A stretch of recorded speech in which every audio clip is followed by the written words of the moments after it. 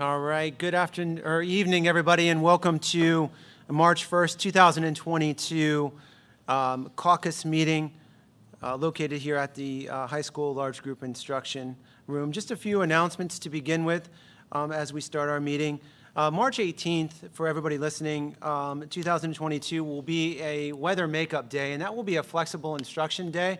And as a result of some weather that we had earlier in the school year, we were going to use that day as a makeup day. And we had some weather due to some remnants of the hurricane. I believe it was right at the beginning of September, maybe right at the end of August, that we had to close due to some substantial flooding throughout our area that forced us to close that day. So we'll send out some more information pertaining to that day, but that will be a flexible instruction day on March 18th, 2022. Just another announcement, a brief one, more of a commercial for Mamma Mia. Our students have been working extremely hard on their production, and that is going to occur March 24th, March 25th, and March 26th. And that will be, all the shows will be at 7 o'clock, and you can order your tickets online or call into the high school as well. So please come in and visit and see the great production of Mamma Mia. And I will break into song if you would like, just to kind of welcome. No, I want to save everybody during that time. But I will certainly spare everybody that. But please, our students will do a much better job than I ever would. But please come in and support our students in one or all of the shows. All tickets are $10 for this great production. All right, moving ahead to some personnel items for resignations, leaves, transfers, and employment. Looking at that for our March 8th school board meeting coming up. Unfortunately, we do have 3 resignations that we're looking to approve. We have Amy Diem from the position of long-term substitute at the middle school, as well as Angela Peck from the position of learning support teacher here as well, and she got a new position doing something a little bit different, and we wish her all the best. And she's been just an outstanding educator for us here at Susquenita School District, and I believe she's been with us for about 11 years, I think, here at the school district, and she's just been a tremendous person, and we wish her all the best as she kind of goes into a different area of her educational career. And Cindy Urich from the position of instructional aide. And Cindy has been with us for about 11 years here as well and has done an outstanding job at the middle school. So we wish Cindy all the best in her new endeavors as well.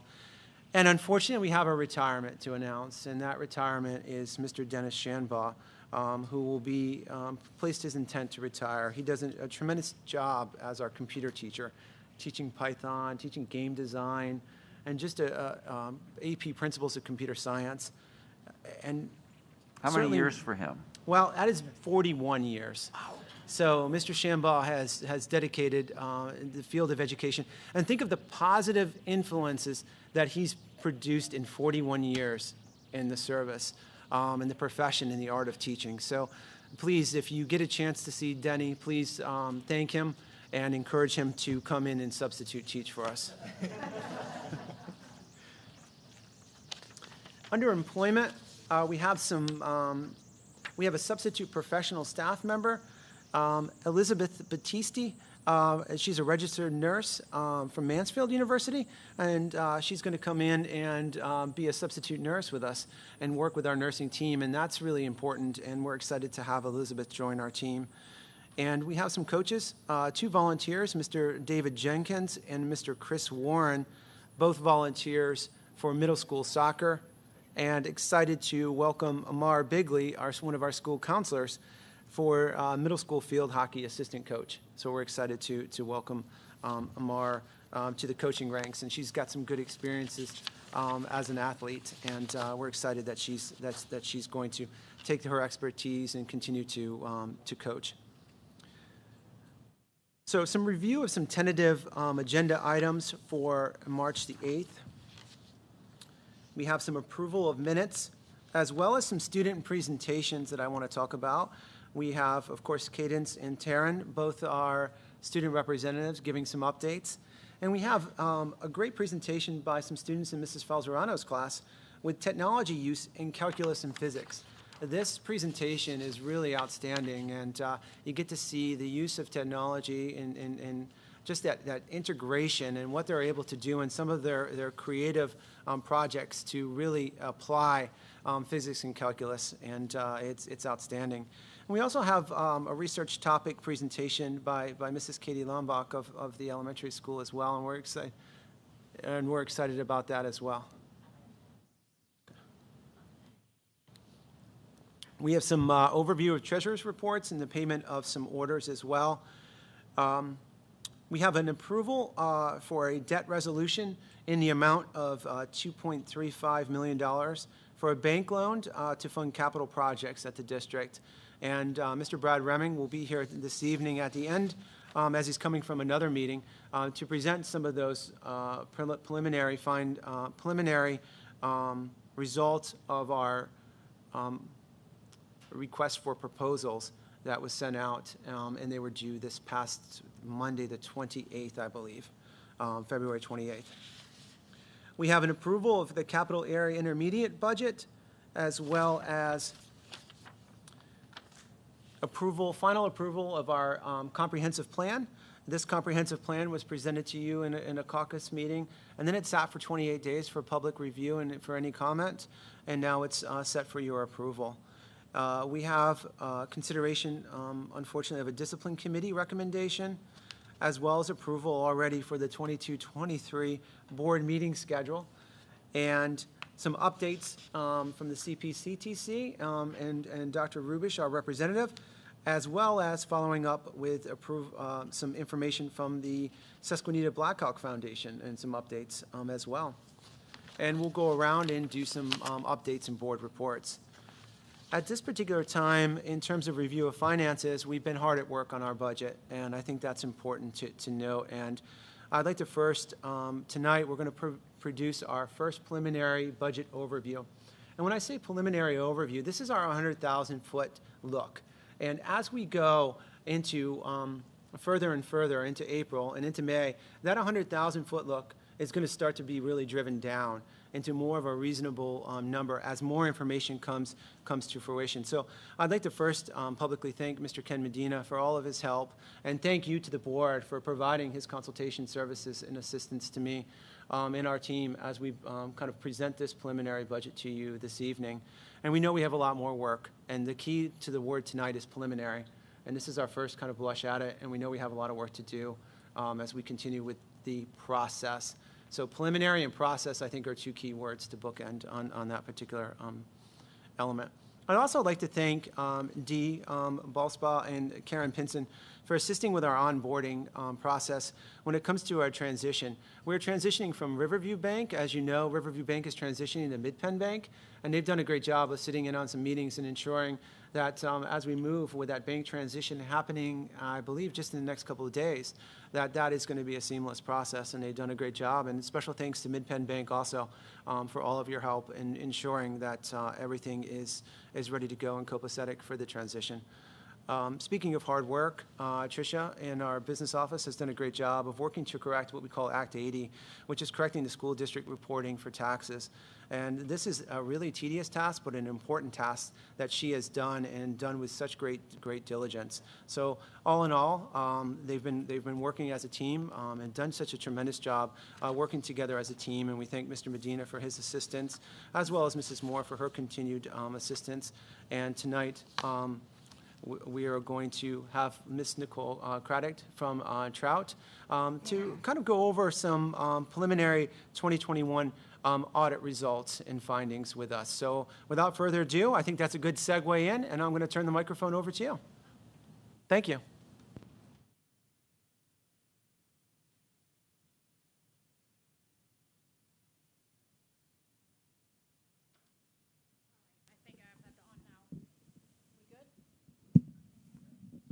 Can you hear me?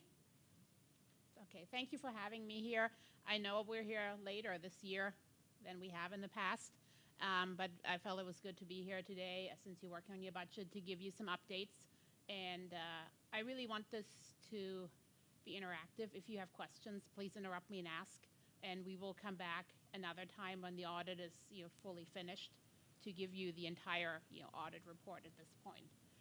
So as you probably have heard, there were some delays in closing the books this year. We started the audit in our normal audit approach, and we found that there were some posting inconsistencies that we had to work through. So we basically, kind of changed our audit approach and went a lot more in depth to really work through a lot of the transactions in detail to make sure that everything is correctly recorded where it needs to be recorded. And I know historically the district had a really great audit experience each year. Like we would come in and Greenwald would come in and things were really clean and the audit was always very seamless. This year with a lot of transitions, COVID, turnover in the business office and probably a little bit of short staffing, it took a little bit more effort to get to the numbers. So we feel at this point pretty good of where we've landed. There's still a couple nuances to work out, but I thought since you are going into your preliminary budget talks, we definitely want to give you, some adjusted numbers where we are at right now so that you have that understanding. So for that purpose, I brought you a PowerPoint slide just to give you a high-level overview on the general fund, where you can see the current year numbers in the middle column, and then just to put a bit on perspective, the prior year numbers to the right so that you can put them into comparison. And as you can see, the cash and investment position, oh, where'd it go?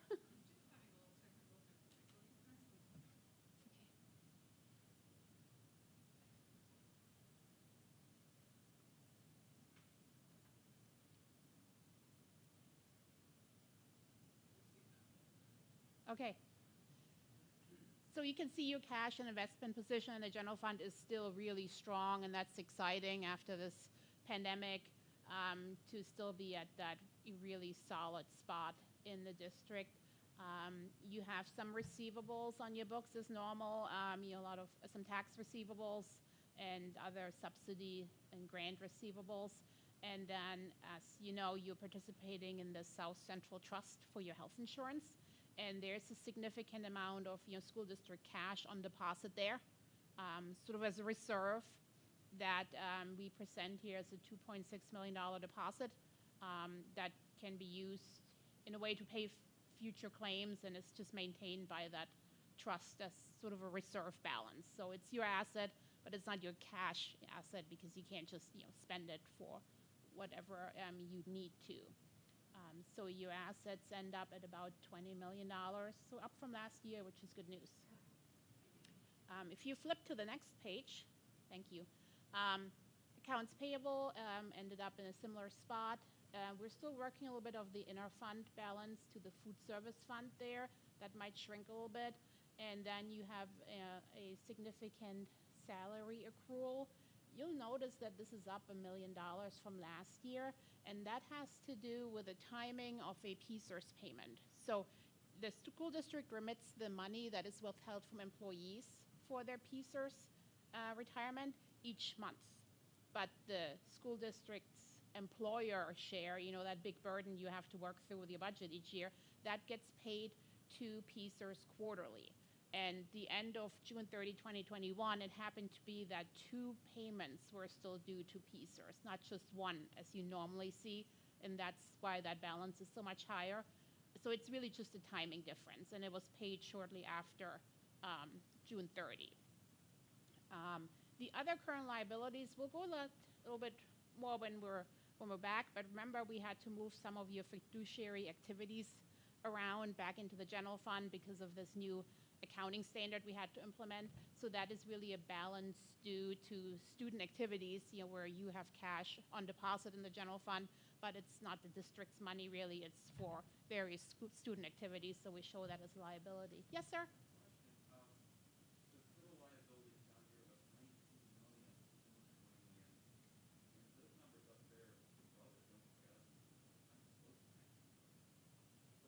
Oh, I'm sorry. I must have undone. I was reformatting the slide. I must have undone something. So I apologize for that. Good eye. Good eye. So yes, that should be much closer to the $4 million that you have this year. Your deferred inflow of resources, that is some delinquent tax money that was not received within 60 days after year end. And that brings you to your fund balance, which held really strong compared to last year. You have about, down here, you have about $9 million of fund balance committed. And that is primarily for PSERS rate increases, and $1 million of it is for OPEB. And so at this point, your unassigned general fund balance is $3.6 million.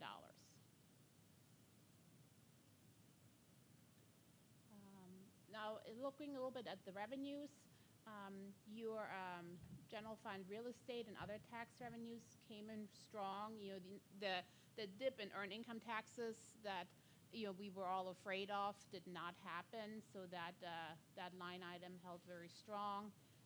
Your state sources are down a little bit. That's driven by some changes in payroll. You had some safety grants in the past that were not necessarily recurring grants, and your rental reimbursement subsidy that you received for debt service payments, that also changed a little bit this year with some refinancing you had done and some debt that you had paid off. So that is just a lower amount. And then you will see your federal sources held pretty steady, and you get to total revenues of $32.7 million, which is up from budget. And then if you want to look at your expenses, your instructional services have increased from last year, and there's two reasons. One is charter schools have really driven that increase. And then there's another nuance. You purchased some computers with a capital lease, and the capital lease accounting is that it's almost like you're recording debt in the general fund. So the capital lease payment, the capital lease proceeds coming in that you use to pay for the laptops is down below in other financing uses, which is a little over $1 million. And then the actual sort of quasi-purchase, but not really, of those laptops is recorded as an expense. So it's a net. You have additional in, you have additional out. The impact on fund balance is zero. And then in the future years, when you actually make the lease payments, that's still an expense and cash out of the door. So it shows a little bit unusual in the general fund in the year it happens. And your support service expenses held pretty steady, actually down a little bit with some turnover, and debt service of $2.9 million is a bit on the decline actually. And you had some debt refinancing also happening in 2021 that brought that number a little bit lower. So overall, your fund balance is down a bit, not as drastic as it may have looked in your budget initially. And like we said, it came in at about $15.3 million. So that's where you're at right now. And then, I did want to give you a little bit of a background of some of the adjustments that we have, just to explain a little bit why it took some additional work this year with the audit. And I have to say it was really nice working with a team here the last couple months. All the staff in the business office took a lot of interest in understanding how certain things maybe should have been better posted or better tracked to avoid some of these issues. So there's so much energy there to do this differently in the future. And I think now that we've worked together much closer, they really understand how we're looking at things and how they're recording things might be sometimes good for their workflow. But on the other hand, when somebody else wants to track the transactions through the system, posting them differently is more helpful. So it's been very collaborative, and really great to have all that enthusiasm there in your office to adjust the accounting. And I'm looking forward to seeing that the fruits of all that hard labor next year. So it's great to to witness that. If you have any particular questions, we will formulate these a little bit more into some findings when we deliver the final audit package. But I wanted to give you a bit of a heads up that that there were a lot more adjustments needed this year than we've had in the past, and then this might be just a bit of a new experience for you. So I wanted to be here and help you understand and be able to then monitor that these changes are being made, which I'm very confident they will be made. So with that, yes, please. And I apologize if this is a stupid question, although I guess no question is supposed to be stupid, right? No, it's not. The $9 million that we have in the general fund that is unspendable, that you had said was earmarked for PSERS. Don't we budget for PSERS every year as part of a regular budget? Yeah, that is actually not a stupid question at all. Okay. That's a really good question, actually. So, and that's a great thing maybe for this board as you're budgeting and talking about what all you have coming up to think about. So remember, I've been doing school district audits for quite a while, and I think when I started, the PSERS rate was at like 4%, right? But everybody knew this higher rate structure was imminent. So districts try to kind of prepare by putting some reserves into fund balance, because the rate spikes were so high. The concern was that with you being limited in how much you can increase your real estate taxes, that you might not be able to keep up increasing your budget revenue to meet those expenses. So, but what has happened here, and actually in many districts in this region, is that the school districts are financially very sound, and they're conservative, and they were able to manage those PSERS increases within their budget without needing to ever dip into those reserves that they set aside. The plan there was, we can pull a bit of fund balance into the budget each given year if we can't raise taxes enough or find other ways to finance that. The PSERS rate now is very high, as I'm sure you're aware, and it's still going to creep up a little bit over time, but you may find maybe this is too much of a reserve at this point, that the rates aren't going that high. So to change a commitment would be for the board to decide, we're going to change the commitment. It can't be done by the business office, has to be done at the board level with a formal action, and you could say, well, look, we have capital projects coming up. Let's maybe commit some of that fund balance and use it for capital project. I wouldn't, because the PSERS rate is so high and it's such a large unfunded obligation and it's so reliant on investment returns, I think carrying some PSERS reserve is still probably prudent. But you may or may not decide that $8 million is at this point the right amount or not. So I had some districts that backed that off a little bit. One particular district, they needed some capital projects undertaken, so they decided let's just use some of that so we don't have to borrow as much. So what you're saying is that $9 million right now is unspendable for anything else other than PSERS, unless we say we're going to take $2 million of that and carve it out and designate it for something else. Yes. Okay. Exactly. And then just another quick question. The $15 million is a general fund. Is that separate and apart from the capital reserve? Correct. Okay. So, and do you audit that, or does that not fall into? Yes, that all gets audited together. Okay. And when we're here to present the entire audit, we'll go Okay. through all these other funds. I just felt for tonight, since you're working on the general fund, I wanted to be here and at least give you the general fund Okay. balance. All righty. Thank you. Yeah, I would like to follow up on your question. I brought that up 2 years ago. According to my calculations, like that is, it feels to me it's an excessive amount to commit toward PSERS based on the projections and based on our current budget. But it has, I need to be educated perhaps a little more. We have to have a certain amount of committed fund balance and certain amount of uncommitted fund balance. And I was told there wasn't really any other place to commit it to. And that's why we were choosing to commit it to PSERS, even though it doesn't appear we're going to need it for PSERS. So it feels it feels shady to me, you know, so, but if there's something else we could commit it to that would be a little more genuine than having all of that committed for Peasers, that's something that I would like, we probably as a board, I guess I'm speaking to our business manager, to know how could we commit those funds so that we can keep them without necessarily having them earmarked for Peasers when we know we probably won't need them for Peasers. Yeah. I hope I'm making sense. No, that makes sense. Yeah, I think there, let me just throw another option in. There's also an assignment of fund balance. So give you a few more variables. So a commitment is the most formal action.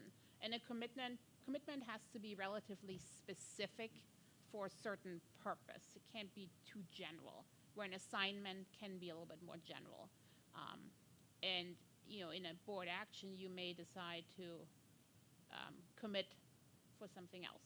But it has to be relatively specific. Like, we have this middle school construction project coming up. We're going to commit fund balance for that. Or if you want to keep it a little more general, you could assign. So you know, I've seen school districts commit for upcoming technology purposes, or upcoming, you know, like changes in your collective bargaining agreement where they had to pre-fund some health insurance, very specific things. So, you know, I think you need to think about what's coming up. Why do we feel we need to have this fund balance? And I know school districts always have a lot of capital project needs, and you know, you can either fund them through some sort of a capital reserve fund or general fund balance, or you can, you know, you can borrow. And I think if you feel like we need this fund balance, because you have a large district with a lot of buildings to maintain, you know, I always feel like if you think about at heart, why do we want that fund balance? I think it's because you want to have, you know, you want to be prepared to maintain. I guess my underlying question is, if, and I'm making up, like, let's just say we know Peasers is going to go up 0.5%, and we have $9 million prepared for that increase, you know, and we know it's not going to cost that much. Is that unethical? Is that wrong? Or if we just need to have it committed, and then we can just take a vote and put it to capital reserve, or, you know, capital projects as needed. I mean, is there anything wrong with naming it for something that it probably will be used for something else? Well, I think you should name it for something that you plan to use it for, right? So if at this point you think it's not going to be used to offset PSERS increases, then, you know, it's probably too high and you should back that off. But you know how big the PSERS unfunded liability is. So when we look at the government-wide statements, it's not like there isn't a liability there, you know, to swallow that fund balance commitment.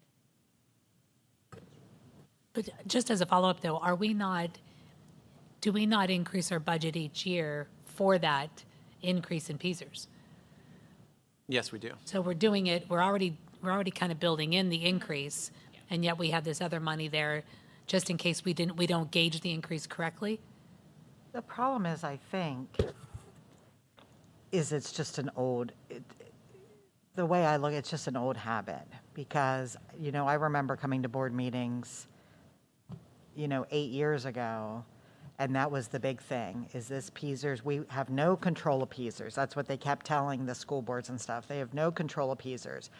And it could swallow up all your money next year. So you need to have as much money in there as possible, because that's what's going to bankrupt all of Central Pennsylvania schools, is this PSERS. And I remember long conversations, and that's kind of when, you know, with sheets and all of that, when we weren't funding other things because we needed to keep that money in there. But I think, you know, as long as we have enough that if there is a big swing, it's still protected, I think we could easily look at moving some of that going forward. I think it's more that it needs assigned to something. It can't just sit, you know, unassigned. Yeah, and your unassigned sort of hurdle is if, and this is not the actual, if you budgeted unassigned fund balance is greater than 8% of your budgeted expenses, then that really prevents you from increasing taxes.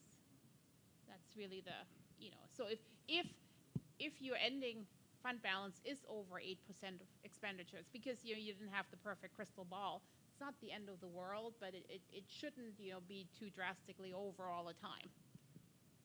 If I may, thank you. I think there's wisdom in your consideration, and what I could do, and pass the information through Dr. Fox, is as part of this budget process, let every board member understand what the total dollar figure was set aside or budgeted for PSERS for last year, the year before, and this coming year, and use that as a gauge to see what reserve the board is comfortable with, and then from there, the board can make and or adjust their commitments regarding PSERS, capital projects, and all that for there. So if you would allow me to, I will do those calculations and provide that information to Dr. Fox. Yeah, I think that will be great. I think in the past, we have made cuts, lots and lots and lots of cuts in order to,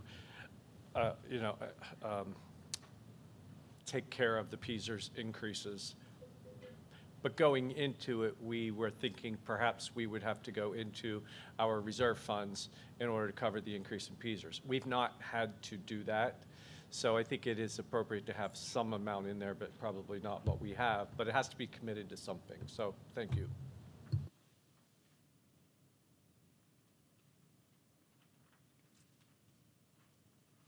Are there any other questions? Okay, very good. Well, then I think you have some budget work to do, so I will clear out of here. We will diligently work to finish this up. We've finished up a few last variances and are now much more comfortable with the numbers. And we will, get you discussion drafts like you used to. We'll get you another presentation with a little bit more bells and whistles and details. But wanted to kind of give you a bit of a status update here today, and we'll see you again in the near future. Thank you. Thank you, Nicole, and thank you to Trout and your team for all of your help. And we appreciate the partnership and look forward to continuing to work with you. At this time, I'm going to turn the microphone over to Mrs. Matosh and Ms. Snyder for a blended cyber school update. And then I'm going to do one kind of just lineup change and allow Mr. Brad Remming to talk a little bit after this, and then we'll end with the preliminary budget, which sounds like a great way to end the night, and just kind of make a quick change that way. So I'm going to go ahead and turn it over. All right, thank you, Dr. Fox. And at any time, Dr. Fox or Ms. Snyder, if you want to pop in, please feel free to do so. So tonight, like Dr. Fox said, we're going to give a little update on our blended cyber program. Just wanted to give you an overview of the number of students, and these are approximate number. Oh, hold on a second. Little technical difficulties tonight. We'll try.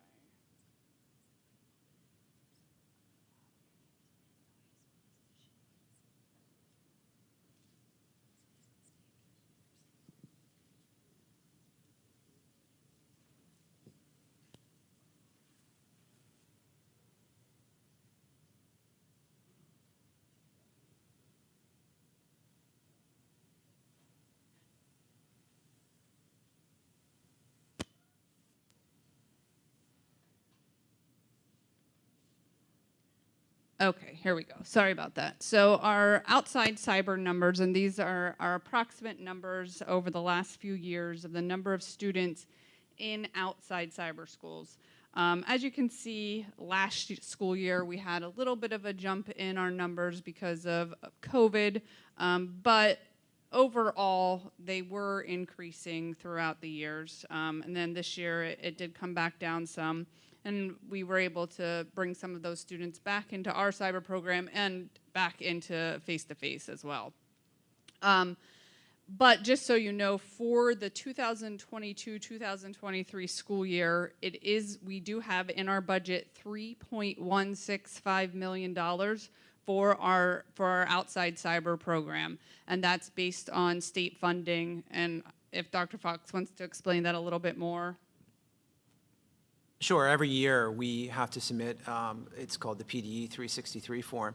And this form takes a look at a formula based, it's codified, and it basically stipulates what our overall tuition rate that we have to pay per student.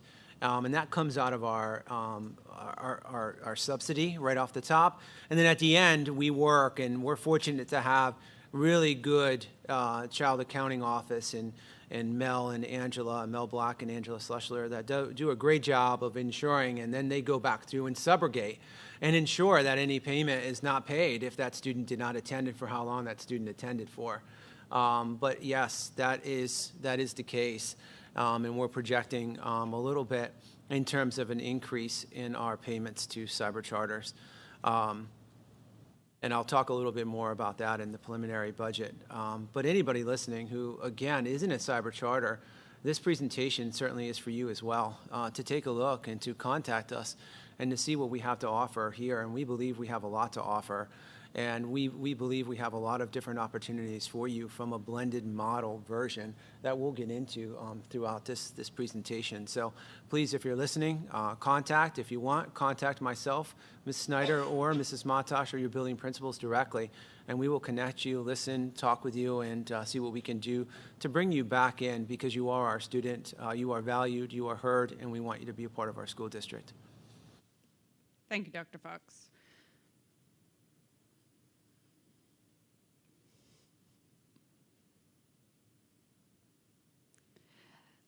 So for this school year, our numbers of students in our cyber program, as you can see, we have a total of 40 students in our full-time cyber. Some of those students may be coming in for a class or two, perhaps chorus, maybe a class that's not offered in our cyber program, or they really wanted to be in person for those classes.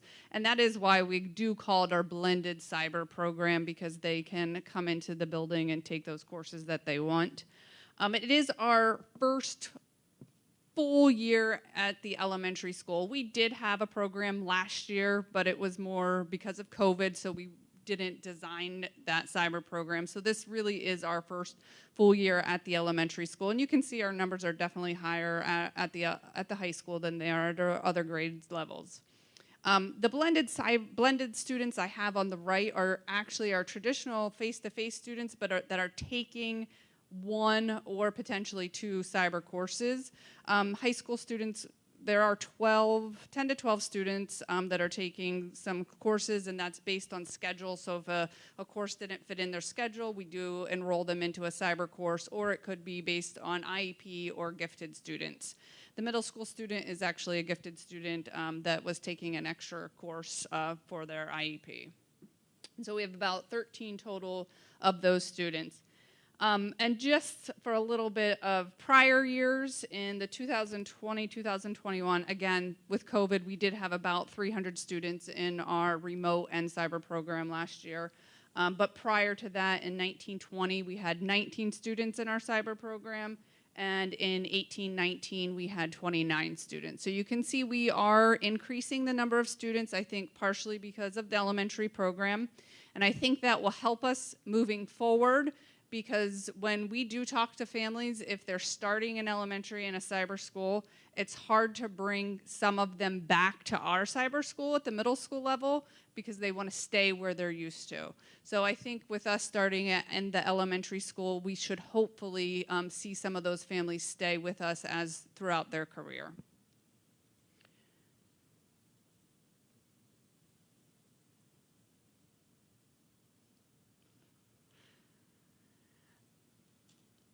And so in case you're not aware, we do use Kaola. We're powered by Kaola for some of the courses that our students are taking in our cyber program, but we also take pride in our teachers creating courses using our content at Susquenita and our own teachers to teach those courses.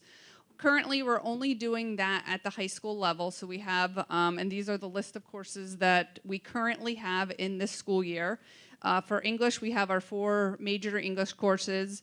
Math, we have 3, algebra, algebra 2, and geometry. Science, we have 3 of the sciences. I can't remember which 3 they are at the moment, but they are the major science courses that our students take.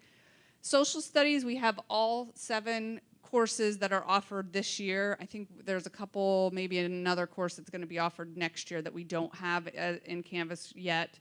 And then this year, something new, we did start with our electives too. So we have 7 electives. So these are courses that our teachers have designed. They've designed them in Canvas. They're very similar to what the students are learning in the classroom.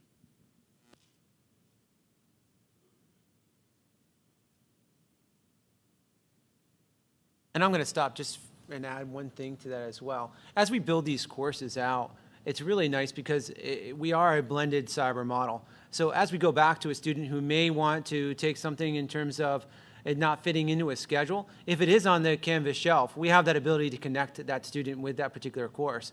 Or if a student maybe is in a half-a-day program, perhaps a full day and transitioning back just isn't right for that student because of a variety of different reasons, we have that ability to work half-time at a virtual level and then another half-time in the building or vice versa, depending on how that works. But that gives us a lot of flexibility in terms of being able to service our students in some very unique ways that I believe that our other cyber charter schools may not be able to do. So again, and you get the full gamut of all activities. And I'm just kind of looking again at my notes here. Mamma Mia is the one that comes into existence. Well, you're not here just for Mamma Mia. You're here for the plays, the fall plays, the productions, the band, a multitude of different activities. Mini-thon coming up. You get to be a part of a district and a school culture that's centered around the multitude of different activities. Thank you, Dr. Fox. And in addition, we also have our teachers that can support the students in their academics. So the students can be a part of after-school study center. We have done now this year Zoom tutoring sessions with students that, since some of them are missing that live instruction and they really need it, we have done some live instructions with our cyber students when that need is there. Looking ahead, some of the things that we're looking for next year is we're going to create some additional Canvas courses for our students. Right now we have a couple electives, creative writing and astronomy are going to be added as an elective. And then we're also looking at potentially adding some math courses, consumer math potentially, probability and statistics, or pre-calculus, 1 or more of those 3 courses. And then we also, the last science course that we are looking to add is biology. I don't know if we'll be able to do it next year, but it's in the horizon to add to our course. And then once we have all of those courses, all of the major courses will be available as a Canvas course with our teachers, which is our goal.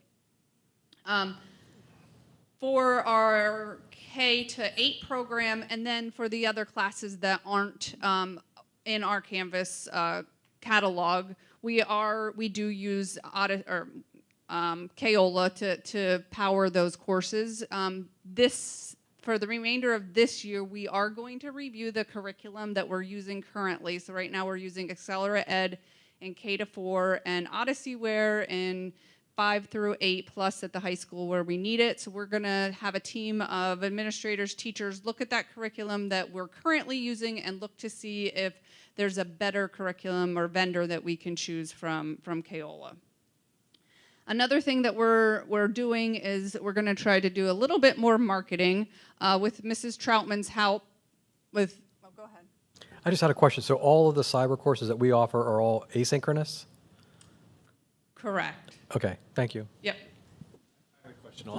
With the ability though of that tutoring, so it's really outreach, but we also go on the outreach too. If in fact we see progress-wise, or if in fact we see academic progress-wise, or just to touch base, we have teachers that are available, and we reach out with a Zoom link and say, let's touch base on that and provide some tutoring and assistance. And the vendor teachers do that as well. So the Accelerate Ed is asynchronous, but if a student or a parent requests live instruction, they will do it per request. So it's not just our teachers providing it, it's the vendor teachers as well. I'm glad you're looking at different curriculum options. I think that's wise. You said astronomy, and I believe you said as an elective. So I'm curious as to why that would not be offered as a science credit. And maybe I'm wrong. Maybe it is a science credit. So it would count as a science? It's a half credit. Oh, it's half, okay. And my other question would be, I'm just curious, did that come up because the student was interested in astronomy, or students are interested, or like what made us decide astronomy? Course here at our school. We started that this year. One of our new science teachers who does our space, talking to students last year, and with passion, they wanted, there's an interest, so he created an astronomy course. So it's new this year, and I'm glad, sort of popular. And he has volunteered to add it to the our cyber course as well. Yeah, and use his curriculum. And I've seen also added to that a half-credit meteorology, also a semester course. They complement each other, and they count as science electives, not necessarily electives, but as core. So, all right, thank you. Yeah. And I do think the half-credit science does count as a core as well. Well, it was nice until they changed biology, because if you were a student that needed the 3 credits of science, but you weren't a strong science person, you could take earth science, biology would be your 2.5, and then you get the half credit of astronomy. But now that biology is switching, biology is one of the ones that's switching to the 1 credit, right? So we won't have to do that anymore. So maybe something like meteorology or something would be. Sorry, Craig. He's like, it's not my turn to talk. No, that's all right. Basically, this was the first year that we had that half science credit. So if we're looking at those seniors who did need just that little bit more to get them to graduate, that could have been paired in. Now, in the future years, we'll still have, like next year, some students who took the credit in a half biology. So it could be paired, but eventually, probably with this 9th grade group coming up here, there won't be a need to fit in that half credit as one of the science ones, unless we create another half credit, which I'm not saying is not going to happen, but. Well, I just think it's great that we can use this as an opportunity through a blended format to just offer more science to students who want to take the science, not because they need the credit, but because, you know, they would like to take it. So I think it's great either way. Yes. All right, thank you.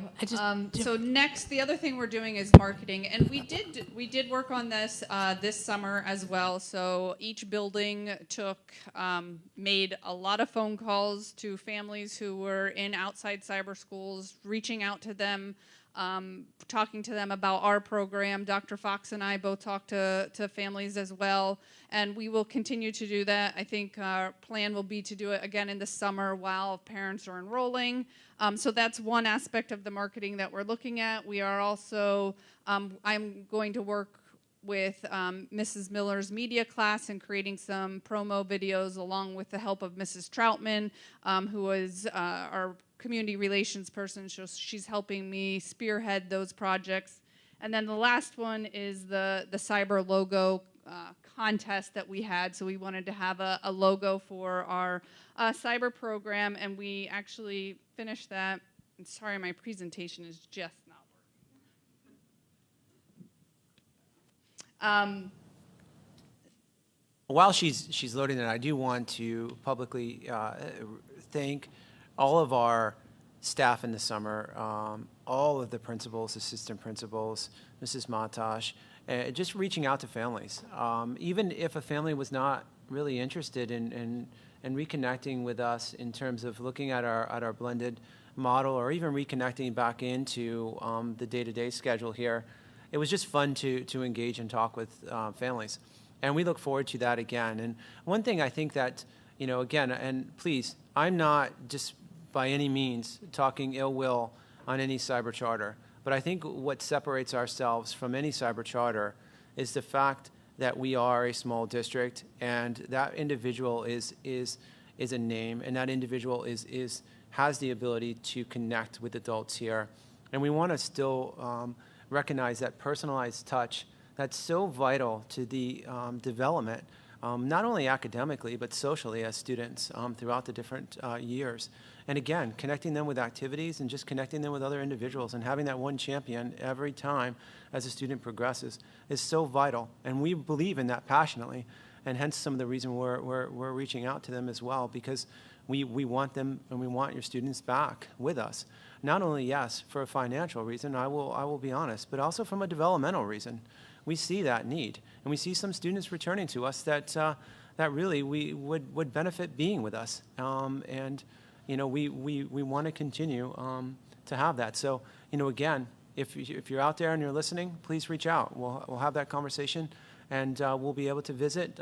Maybe bring your son or daughter in for a tour as well, and see what we have to offer that may be different than what you've seen in the past. Thank you, Dr. Fox. So with the logo contest, Mrs. Troutman and I visited Mrs. Hunter's art classes. We went into 3 different art classes with a project-based learning project in mind. So we went in, talked to them about what our end goal was, told them we wanted a logo to represent our cyber school and the brand of Susquenita School District. Mrs. Troutman created a branding document that Mrs. Hunter then gave to all the students with our orange color Pantone 172 that we wanted as part of the logo. We talked about past logos that we've had and then our current logo, and just bringing all of that together and really just let the kids come up with their own ideas. So we had 16 students create a logo, and we had I guess a contest where we asked our administrators, our cyber teachers, and our cyber students to then vote on which logo they felt best represented our cyber program. And this was the winning logo. I'll kind of go through it, because then Mrs. Troutman and I went and spoke to the student, who the student is a 12th grade student in Mrs. Hunter's art class, and it's Emma Lanning. And she did a great job. And we did have a tagline that we started at the very beginning of our cyber program. It was expanding the range of the Blackhawks. And when we spoke to the students, we told them that was our tagline. But if they wanted to change it, if they wanted to come up with their own tagline, and it was part of their design logo, we would be, okay changing it. Because again, we're trying to market it. We want to make it the students part of that project. So Emma designed this logo, and she wanted to make her own tagline. So she took it to Taking Blackhawk Learning Beyond the Nest. Yeah, it's awesome, right? So then Mrs. Troutman and I did go up and speak to her after hers was the winning one, and just talk to her a little bit about how there was maybe a little bit more in the logo, and when you put it in print, how it might not be able to see it all. So we kind of had that conversation. Again, this whole project-based learning. We had that conversation with her and talked to her about maybe some ways to change it, and then she had some ideas, and then this was her second prototype that she came up with. And she sent it to us just to make sure we were okay with it.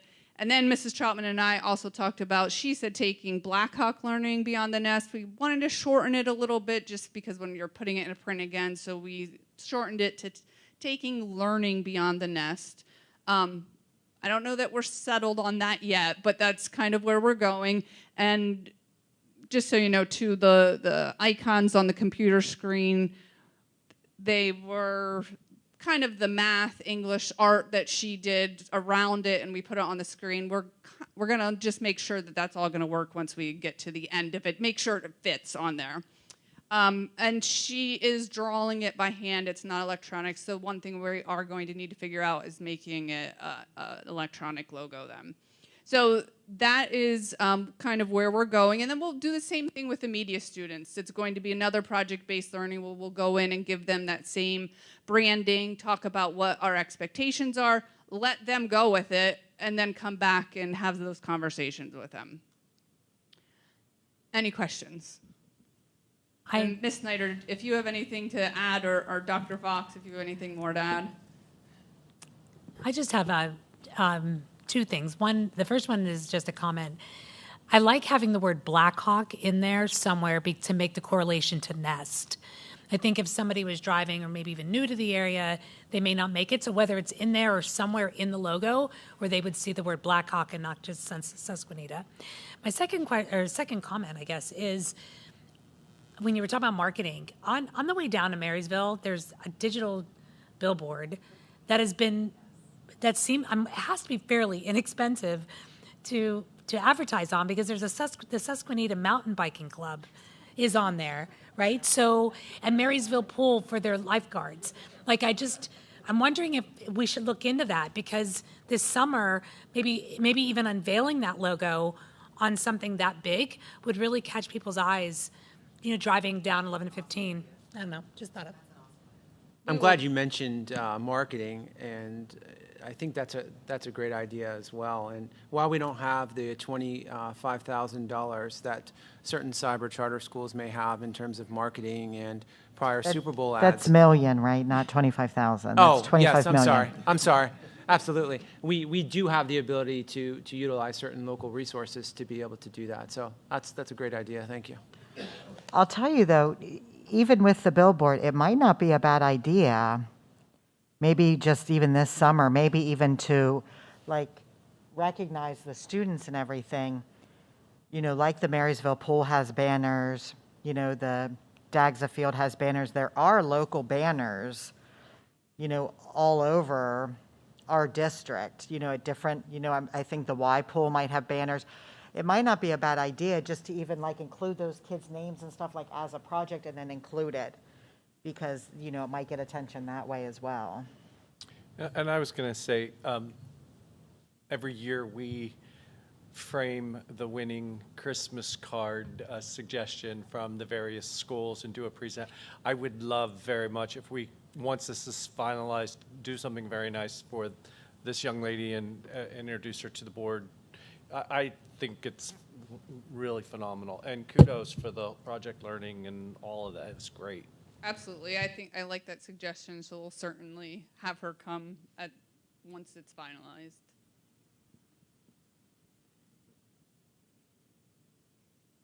Thank you. Thank you. And any further questions as we transition now? I'm going to do that lineup change and introduce now. Switch hitting for me is Mr. Brad Remming from PFM. And thank you, Brad, for your flexibility this evening in coming.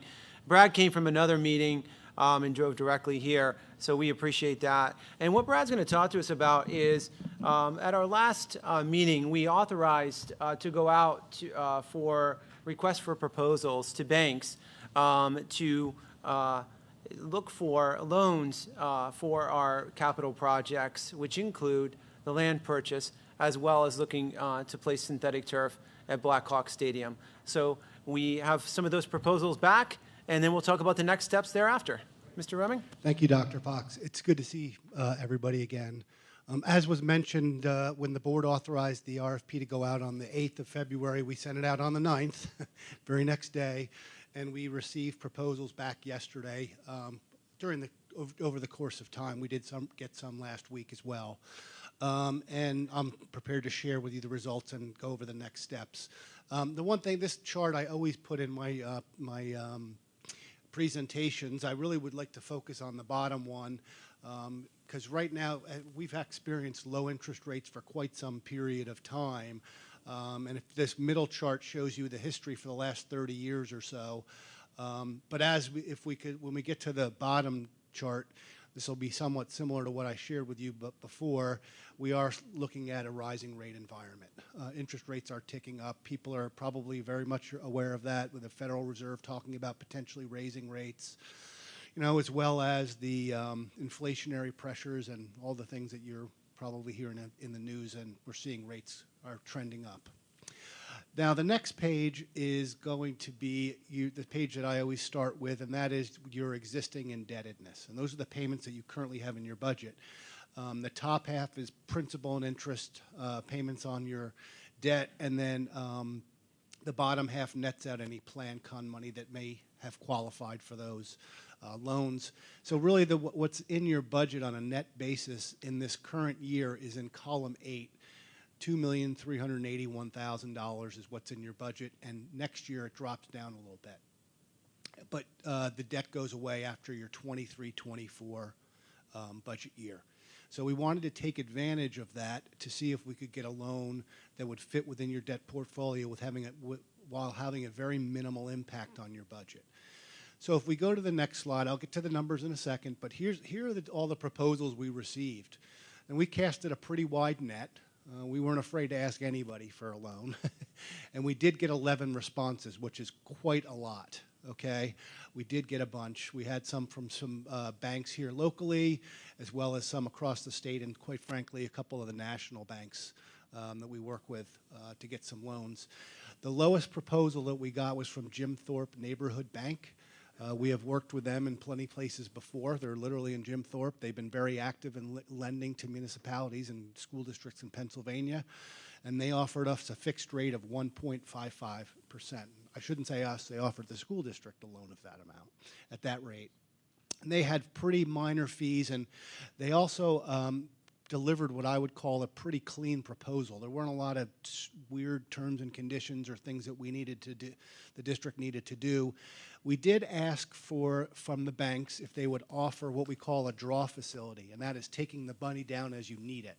Because if you don't need it right away, why pay interest on it? So they offered us a 6-month draw facility, and they also would allow you to prepay at any time without a penalty. So it was pretty clean. Sure.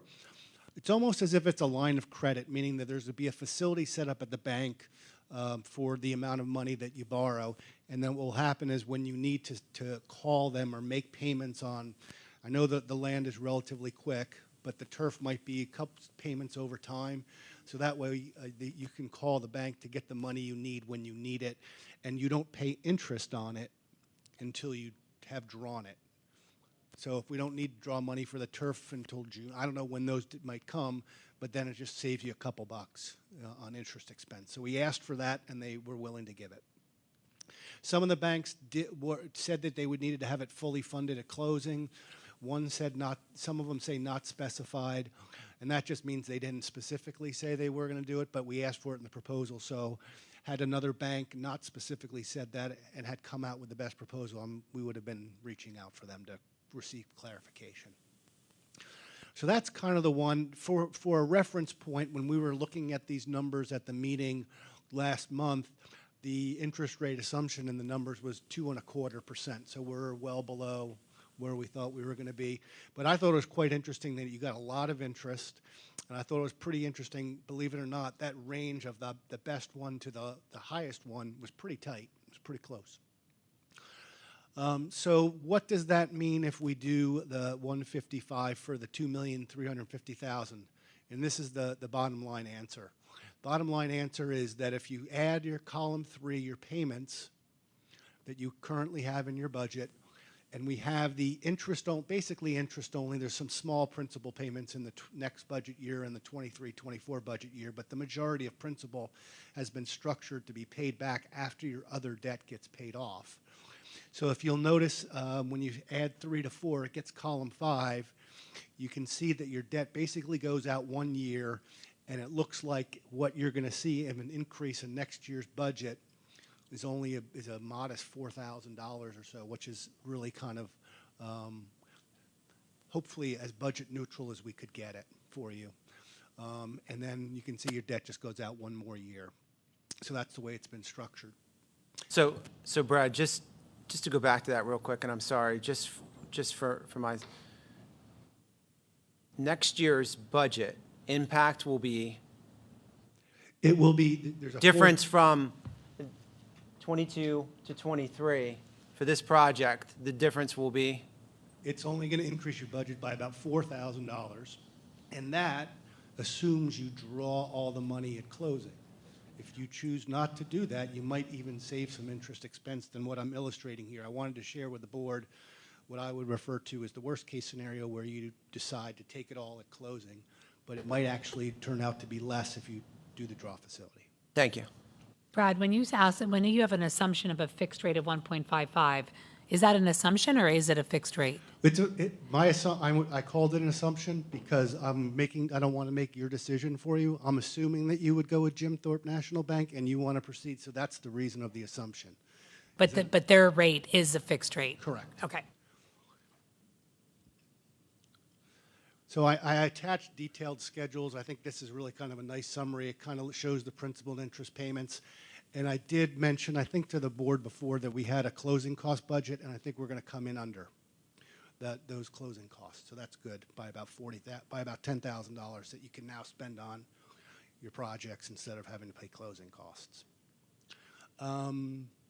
So with that, I thought I'd see if there's any questions, and then I could go over where we go from here if you would want me to do that. Absolutely. If there are no questions, let's go over maybe our next steps then in this process. Okay. Thank you. So now what would have to happen if you want to proceed with this proposal is we would have to get it properly advertised in the Patriot News with your bond counsel and your solicitor. There would need to be a resolution drawn up for your consideration to accept the proposal from Jim Thorpe Neighborhood Bank with the amounts and things that I've just gone over with you. And we can get that done at your meeting next week.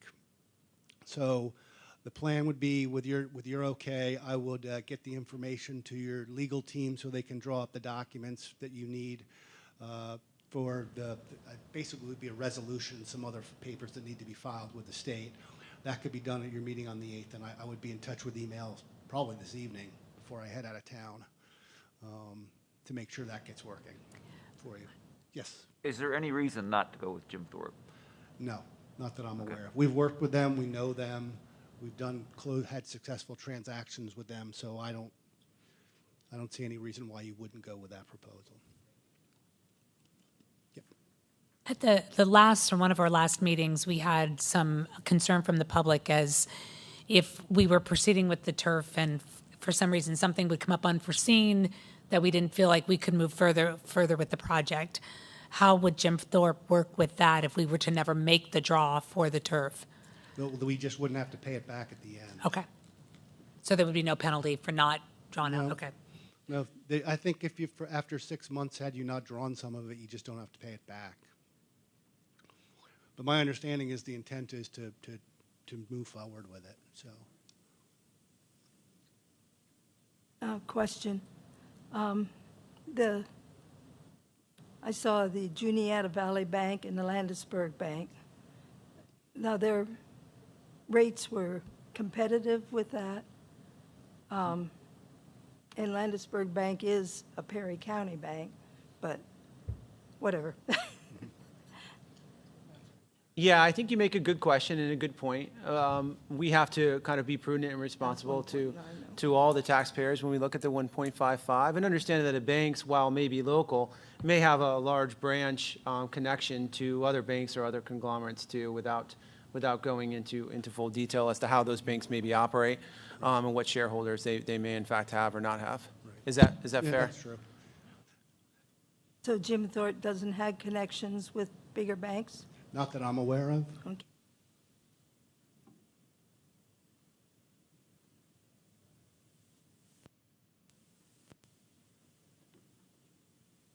So, Dr. Fox, do you need some type of preliminary direction to move forward at the next board meeting? Yeah, so what we'll do is number 8 on our board agenda items that we went over already this evening, we will put that into the board document. So we kind of have it as a placeholder. We'll design that for an approval of a debt resolution in the amount of 2.35 for a bank loan to fund capital projects to the district. And then that resolution will include the lowest responsible bidder on this particular document. And then we'll add that to the resolution, and you'll vote on that resolution that would include this particular selected bank because they are the top. So I guess what I'm saying, yeah. So I guess what I'm saying is, if any of us feel that we want to go with someone other than Jim Thorpe, we should say something now. Otherwise, it will show up to be voted on next week. Correct. And so how much would a 0.5% change affect our bottom line? I mean, I know it's hard to probably say that right off the top of your head, but I think I remember that the interest expense on my prior illustration was about $125,000 at 2 1/4. And on this one, it's about 85,000. Okay, so I think that if you changed it by a quarter of a percent, you're talking about $12,000 or $13,000. I'm doing that off the top of my head, the best I can. But if you would be kind enough, maybe to scroll to the next schedule. Okay, so so Close to half. so 2,436 is your total payback. So that means it's about 86,000 of interest. Before it was 120. So the reduction of 40,000 was 0.75% almost. That from my. If we're, Am I doing the math? yeah, if we're putting our 2 cents in though, if we're looking at a Perry County bank, I mean, I look at it as Jim Thorpe is willing to work with the school at a better percentage than someone in our own backyard. I mean, they know, I'm pretty sure Bank of Landisburg knows where Susquenita is. And if that's the best rate they're willing to give us, then, you know, I think that our taxpayers deserve us to go with Jim Thorpe. But that's just me. I agree, Mrs. Kelly. Yeah, same here. I agree. The numbers show there's no legitimate reason to not go with Jim Thorpe. Yep.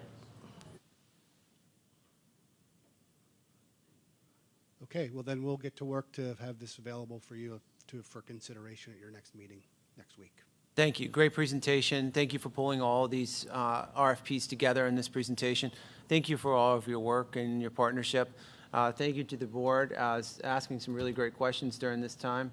Just one other one. Is there a lock on that is going to expire at any time, or will we work within that? I told them what the timeline was. In the RFP, we said, this is what's going to happen. Okay. You're going to get them back by Monday. We're going to talk to the board about them with them today, Tuesday, and then they would act on a resolution on the 8th. So they know that So we're well within that. It is, and we would close before a couple days before the land closing, I believe, right? So.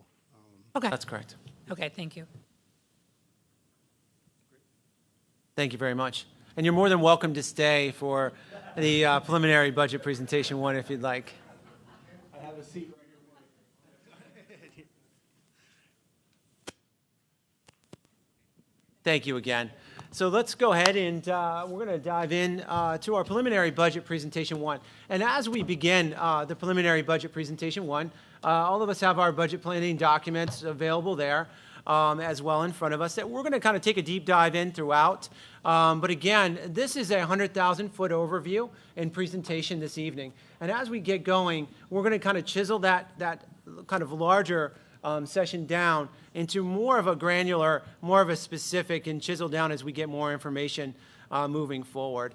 And certainly, as we look, I always like to start out with our mission. Certainly not going to read that verbatim here, but we know that what we're doing is dedicating ourselves to providing a safe and enriching learning environment that establishes, again, high expectations and incorporates rigorous academics, utilizes progressive technology, and focuses on developing the whole student to become a lifelong learner, to make positive contributions to our diverse world.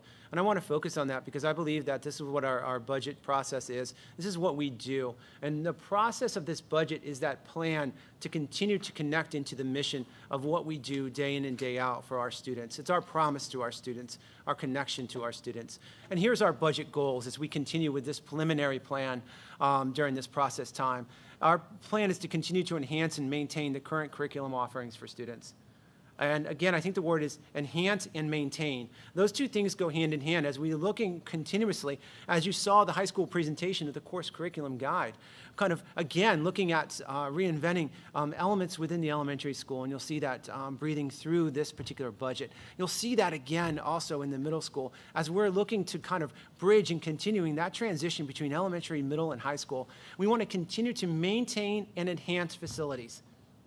We have beautiful facilities, and a lot of that goes into the sweat equity established by our maintenance and facilities team and our custodians.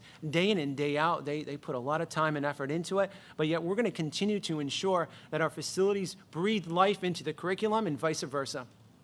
We're going to continue to work to provide a budget that is financially responsible, and all of you have done that and your prudence and responsibility in the past, and we're going to continue to honor that. So here's our information to date. All of us have our budget binders, and we're going to work on sending some electronic material to you. We're working to, again, provide and gain as much information from the Commonwealth of Pennsylvania's budget.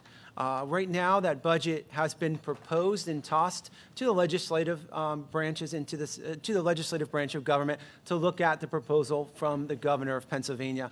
I would be repressed not to say that we have an outgoing governor and we have an election year. At this point, it certainly could become interesting as those dynamics work out in terms of the budget development. But one thing we do know within the Commonwealth of Pennsylvania's budget is that there is funding. There is money. There is money in that budget, and hopefully, certainly, that education and basic ed subsidy, as well as special ed subsidy, will get funded the way that it certainly should, the way that we hope it to. But for this particular budget, it's important to note that we are projecting no increase in basic ed subsidy in this budget right now. Flat. And that's important. And as we get more and more information as to where we are at through the different and varying organizations, we will know if we can responsibly adjust that number accordingly based upon the information. Our departments, our teams, our grade level leaders met to provide some information. Then our principals and our cabinet team began to really unpack and take a deep dive, and we've asked several questions associated with that and worked very closely as a team. This process began in October and wrapped up very quickly by December to get this information to us to begin this process, and involved and revolved and evolved several times throughout it. Myself, as well as our business consultant, Mr. Ken Medina, has worked tirelessly and endlessly to provide what we have right now, and we're going to continue to do that, to do our prudence and responsibility. And tonight, I'm presenting that 100,000-foot look, as well as we'll continue in April and May in our caucus meetings to drill down more and more information. So here's our budget process to date. Again, we continue to analyze the monthly building and department, began this month, previous months, to analyze the building and departmental budgets. We looked at those fixed drivers that we presented on prior, the salaries and benefits, healthcare, PSERS, as you just heard from Trout, the special education services and cyber charter schools. Continue to review our maintenance plan at caucus and shape our facility needs and prioritize those. And I think an important aspect here is that we are forecasting out. And that's important to know as well, that we're responsible to present a balanced budget to you by the end of May that sits appropriately in accordance to the specified time frame of the school code, and is balanced while the Commonwealth of Pennsylvania's budget might not be finalized by that particular time. We passed and submitted our Act 1 resolution. The Act 1 resolution says we will not tax above the Act 1 index, and our Act 1 index was 3.4%.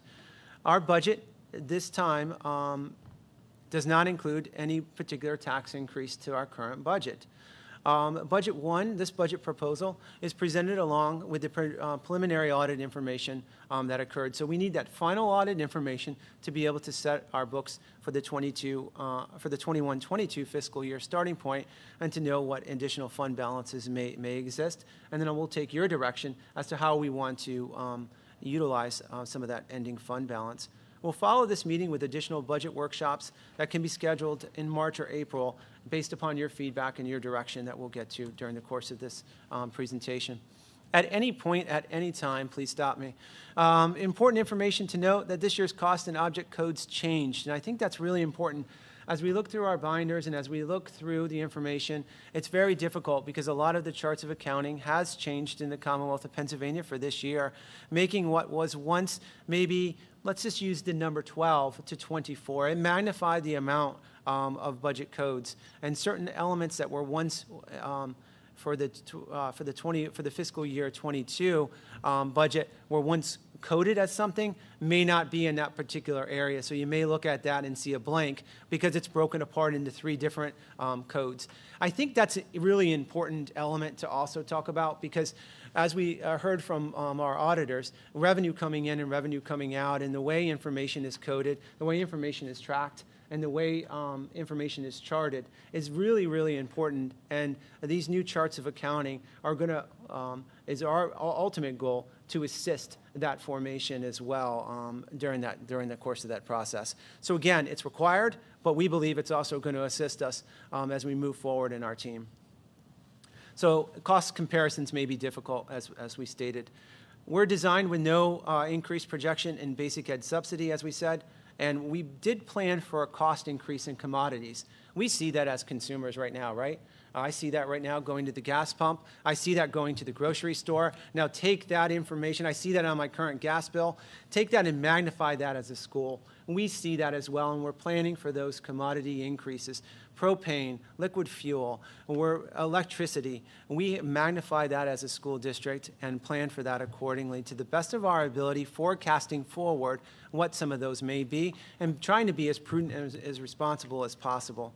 And we included this preliminary budget with no tax increase. So let's dive into some highlights, if you will. Just kind of taking a walk through different areas. Let's take a walk through our some facility budget highlights. First, going through, we know at the elementary school, we need continuing with some of our capital reserve and our facilities plan. There's some floor replacements that need to occur. These are carpet floors. This is an annual occurring plan to not just dive in and replace all flooring, but do so systematically and to do so on a rotating basis. I believe we are looking at, instead of 6 floors, it should say 6 rooms. But really there is 6 floors but not 6 floors in the building. Middle school floor replacement, we put this in here. We have a little bit of buckling, and this may be something that we may have to, you'll hear the word delay instead of cut that hopefully I'll use, because anything that's really in this preliminary budget right now, we put a lot of time, sweat, and effort into it, and we believe that it has a nexus and a connection into the curriculum for our students and to the overall operations. So we'd like to use the word delay, because if we believed it should have been cut, it wouldn't be in here right now at this particular point. But we know we need some middle school floor repair when you walk in to the middle school from the district office in that corridor. There's a little bit of floor buckling. I know I drive Mr. Black crazy all the time because that's the first thing I look at when I come down there, and I touch that area with my foot all the time to see where it is. So we, pardon? You show guests as well. Yeah, sorry. Yeah, that's something we probably want to take a look at. The middle school band and choir room floor replacements, they had some aging carpet in that area, looking at different flooring options for them as well. The high school bleacher replacement is something that we spoke about. And I have the word capital reserve, but I want to connect high school bleacher replacement and roof repair together. Let's bundle those two together real quick, because you'll see the word capital reserve, or ESSERS 3. We put in roof repair at the high school for ESSERS 3. ESSERS 3 is that program with the American Rescue Plan, and one of them is allow for some construction replacement repairs. And we did put in a special construction request to see if that is approved. At this point, it's still pending review, so if it is approved, we want to be able to use ESSERS funding and revenue to repair some of the roofs here in the high school in certain sections that need to be repaired with weather guard that we're seeing in there that need to be repaired. And that will allow us then to offset the cost and use some capital reserve to repair, I'm not going to say repair, I'm sorry, replace the high school bleachers. How much of the ESSERS 3, if we did get it approved, how much will cover, how much of the roof repair would be covered by that? Sorry, it would be multiple sections. So the roof is in sections by warranty under the weather guard from the particular overall plan. So it would cover a pretty substantial area and some trouble areas that we know here that we have. In particular, The gym. I'm court- actually more just talking money-wise, like how much of that 466? That is specified specifically for roof repair. So Okay. 466,000 That's would what go we to. asked for in that Esther's, okay. Yes, I'm sorry. Yeah, I just wasn't sure if it was, you asked for, say, 350,000, and the remaining 116 would be coming out of capital reserve, but you're saying all 466 would come out of Esther's if we get it? Yes, ma'am. Okay. Yep, great question. Sorry. Can I, Absolutely. just about the bleachers quick, did we at the last meeting say that we kind of wanted to see the price for the middle school bleachers as well? That 295,000 would include, and I'm sorry, I should have put a slash, you. because it would include high school Thank and you. middle school replacement bleachers. Thank you.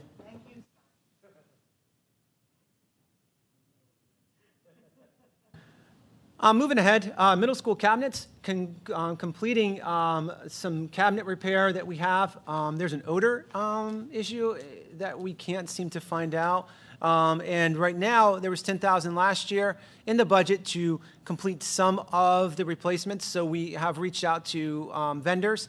They're coming back with quotes, and we want to get that completed. But we know with the rising cost of casework and cabinets, that is not going to cover the entire project. And there's also a back room that does have some cabinets, but this is only for the classroom area. So we want to commit to fulfilling that particular project. Blacktop ceiling, we have a lot of blacktop through the area here with parking lots and some service roads that come into our buildings. We want to continue to rotate that on a regular basis. So we're looking at doing some areas in and around the high school this summer with our blacktop ceiling program as well. Repair and maintenance of HVAC systems. Again, as we presented in the prior caucus meeting, we want to look at offsetting some funds that we once had for just repairs, parts, and also include more of a service agreement for that preventive maintenance. I know Mr. Howell is big into the PM program and ensuring that PM program is done with fidelity throughout the different buildings. Belts, looking at making sure all parts are lubricated effectively and work effectively, so Part A doesn't cause Part B and C to break down, and changing the filters on a regular basis and providing that for a maintenance program by an outside vending and allowing our custodial and maintenance teams to focus on other areas and other elements. Sorry, I have another question.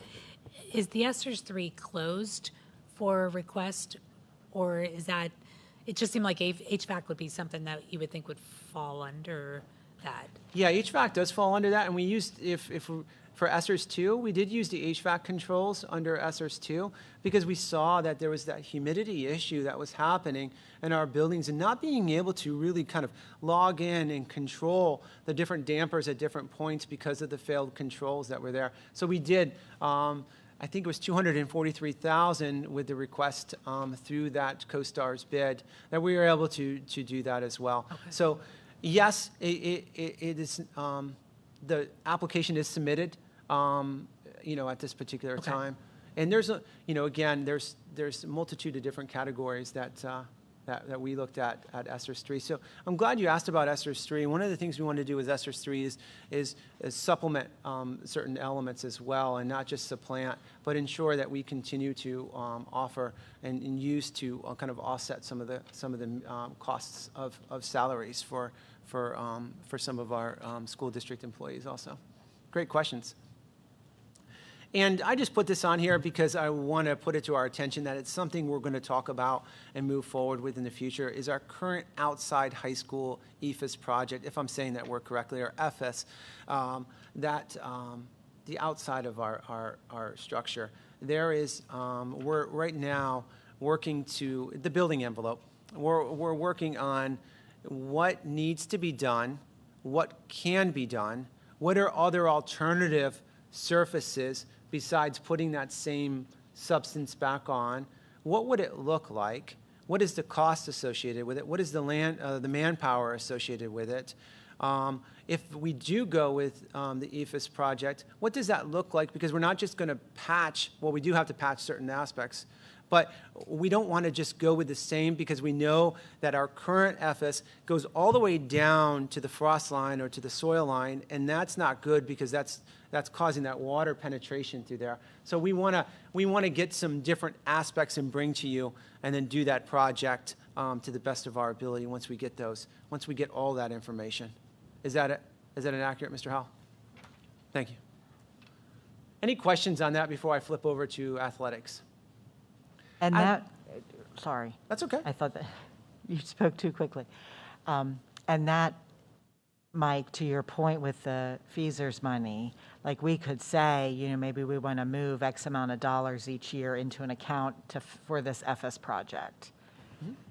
That way it's marked, but we're not exactly, you know, we're not exactly sure of the cost, but we're going to start moving some of this money. And then we can always have, you know, move it back someplace if we have to, but we can start doing that for this type of building project. Yeah, absolutely. And I think that's a great point that everybody made just a little while ago. And thank you, Mr. Medina. We're going to get those PSERS numbers to you so you see that trends over time. And we'll mention PSERS as well in our annual PSERS contribution and what that will look like and what can we kind of estimate and what's a good number that you're comfortable with as a board in terms of a committed number to the PSERS fund balance, the PSERS fund, if that's the right word to use. Taking a look at athletics and athletic budgets, while I highlighted a few elements and items, I think it's important to know we were able to run some numbers, and you know, athletics, for all the amount of students that it serves, about 50% roughly of our student body, give or take, it's less than 1% of the total overall budget. So new varsity football uniforms, we're on a rotation when it comes to uniforms and our uniform rotation. It's about $15,000. Now, I have to give Mr. Quigley a lot of credit working with our football coach because we want to make sure we get uniforms that if there's a rip or a tear, that number one, they can be repaired. And number two, if we need to replace one, we're not replacing all of the uniforms because all of a sudden one got discontinued because that color pattern changed or they're married or blended into the fabric itself and all of a sudden it's gone. That's important. The durability of a football uniform is imperative. Yeah, just comment here. Yes, please get new football uniforms. Yeah, they're terrible. Because they're not using Pantone Orange 192. All of the uniforms should be using whatever, I'm glad you remembered it. They should all be that same orange. That same orange. Absolutely. As we continue through, just game balls, ensuring that our teams have preserved game balls that are used only for competition. Yearly uniform needs, unpacking, those are the baseball hats, the softball visors or hats, team socks, cheerleading compression shorts, field hockey compression shorts, those ancillary items necessary for the overall program needs. And there's three proposed coaches that we can certainly talk about. The two for JV softball and JV baseball and JV softball, say that 10 times, right? Those are rooted in, honestly, in safety. So a lot of times our JV coaches will go in separate directions with teams away from the varsity. And what will happen is sometimes there's one coach. So if there's a situation where that coach needs to be with an athlete in the bus, there's nobody to really help or stay until another parent, or sometimes we rely on volunteers. And volunteers sometimes come directly from work and don't necessarily ride the bus all the time. And they're volunteers. They volunteer their time. So they volunteer according to when their schedule works. So having that in there is really rooted on just the overall having another coach that's a part of our program that's dedicated to continue that. Plus, it's really great having more staff on hand to work with our athletes. And the last one is a proposed junior high 7th, 8th grade cross-country coach. As we look for more and more opportunities for students, and we look for more and more opportunities at the middle school to build programs, it's one, certainly, there's no question about that I'm passionate about. But more importantly, what I'm passionate about is opportunity. We're all passionate about opportunities for our students. And this provides another opportunity for a student to be a part of a team, be a part of a group. to experience some success, and it builds upon an elementary, early middle school program on Girls on the Run, and they experienced so much success, and I just had a chance to pop out a couple of times and see how much fun they were having. And honestly, if there's that interest, our kids can have some fun and perhaps build into a varsity program here and connect into 9th through 12th grade, and maybe get some males and females involved. Just have a quick question about that. Maybe this is for Mr. Quigley. So if there's a middle school cross-country coach, is there thoughts of how that might dovetail into track and field? Like, would there also be a middle school element there? Well, the problem you're going to have with middle school track and field. Spring sport, the other spring sports. You already have boys soccer, girls soccer, and girls field hockey in the spring. So getting a draw of a number of athletes is going to be tough, because the girls side especially, because they're already drawing close to 40 7th and 8th grade girls just right for those two sports. So to try to get an additional 20 or 25, which you would want for a competitive group to come through, is going to be pushing. I mean, logistically, I just don't. As I was forming the question, I was actually. Yeah. And if you think mid-Penn will have junior high track teams, but their field hockey is in the fall. So it's eliminating one group there. So right here you might have 20 to 25 girls that are now have the ability to play something in the spring. We just don't have. Well, and that, I had a quick question for you too, Quiggs, is the other problem with the division that we're in is we have basketball in the fall. So will you see this? Will the benefit of having like separate coaches, like 7th and 8th grade coaches, one, they'll be practicing by themselves versus practicing with a high school cross country, but also would they be able to practice at different times of day? Like will we have a cross where like some of the basketball players will be able to run cross country, or will we just have two fall? I mean, that would be something we have to work out with between coaches.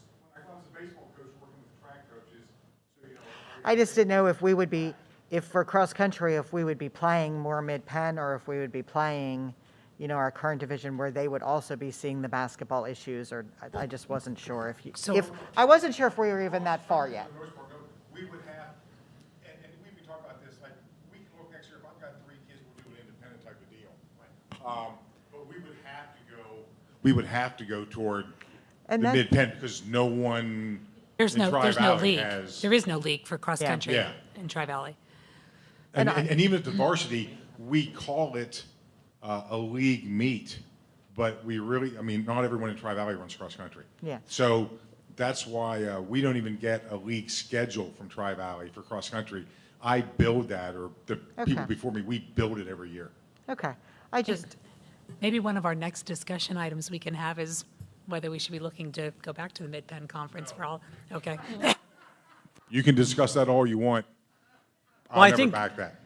I think. And there's multiple reasons. Well, let me just not say this, though. I think there's multiple reasons. I think there might be something to look towards looking at cross-country specifically, just because right now, and I don't want to digress or to diverge this off, but they have to compete in the Mid-Penn Conference just to go to districts because we don't have a conference.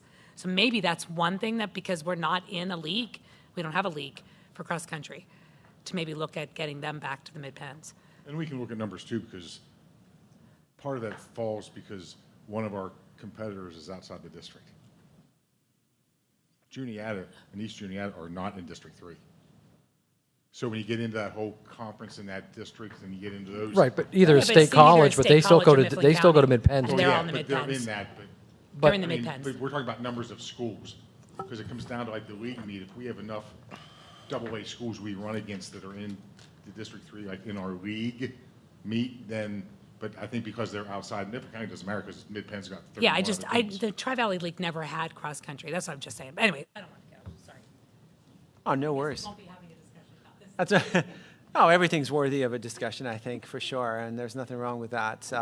Let's take a look at elementary budget highlights. And again, when we say highlights, a lot of these are maybe some new elements that pop out in the budget. That doesn't mean these are the only budget items. Boy, wouldn't that be something if they were. But these are just a few, I think, relatively new or things that are worthy of talking about. Is we've seen experience and successes K-2 in our Foundations Wilson Reading Program. And now we want to increase that program into grade 3.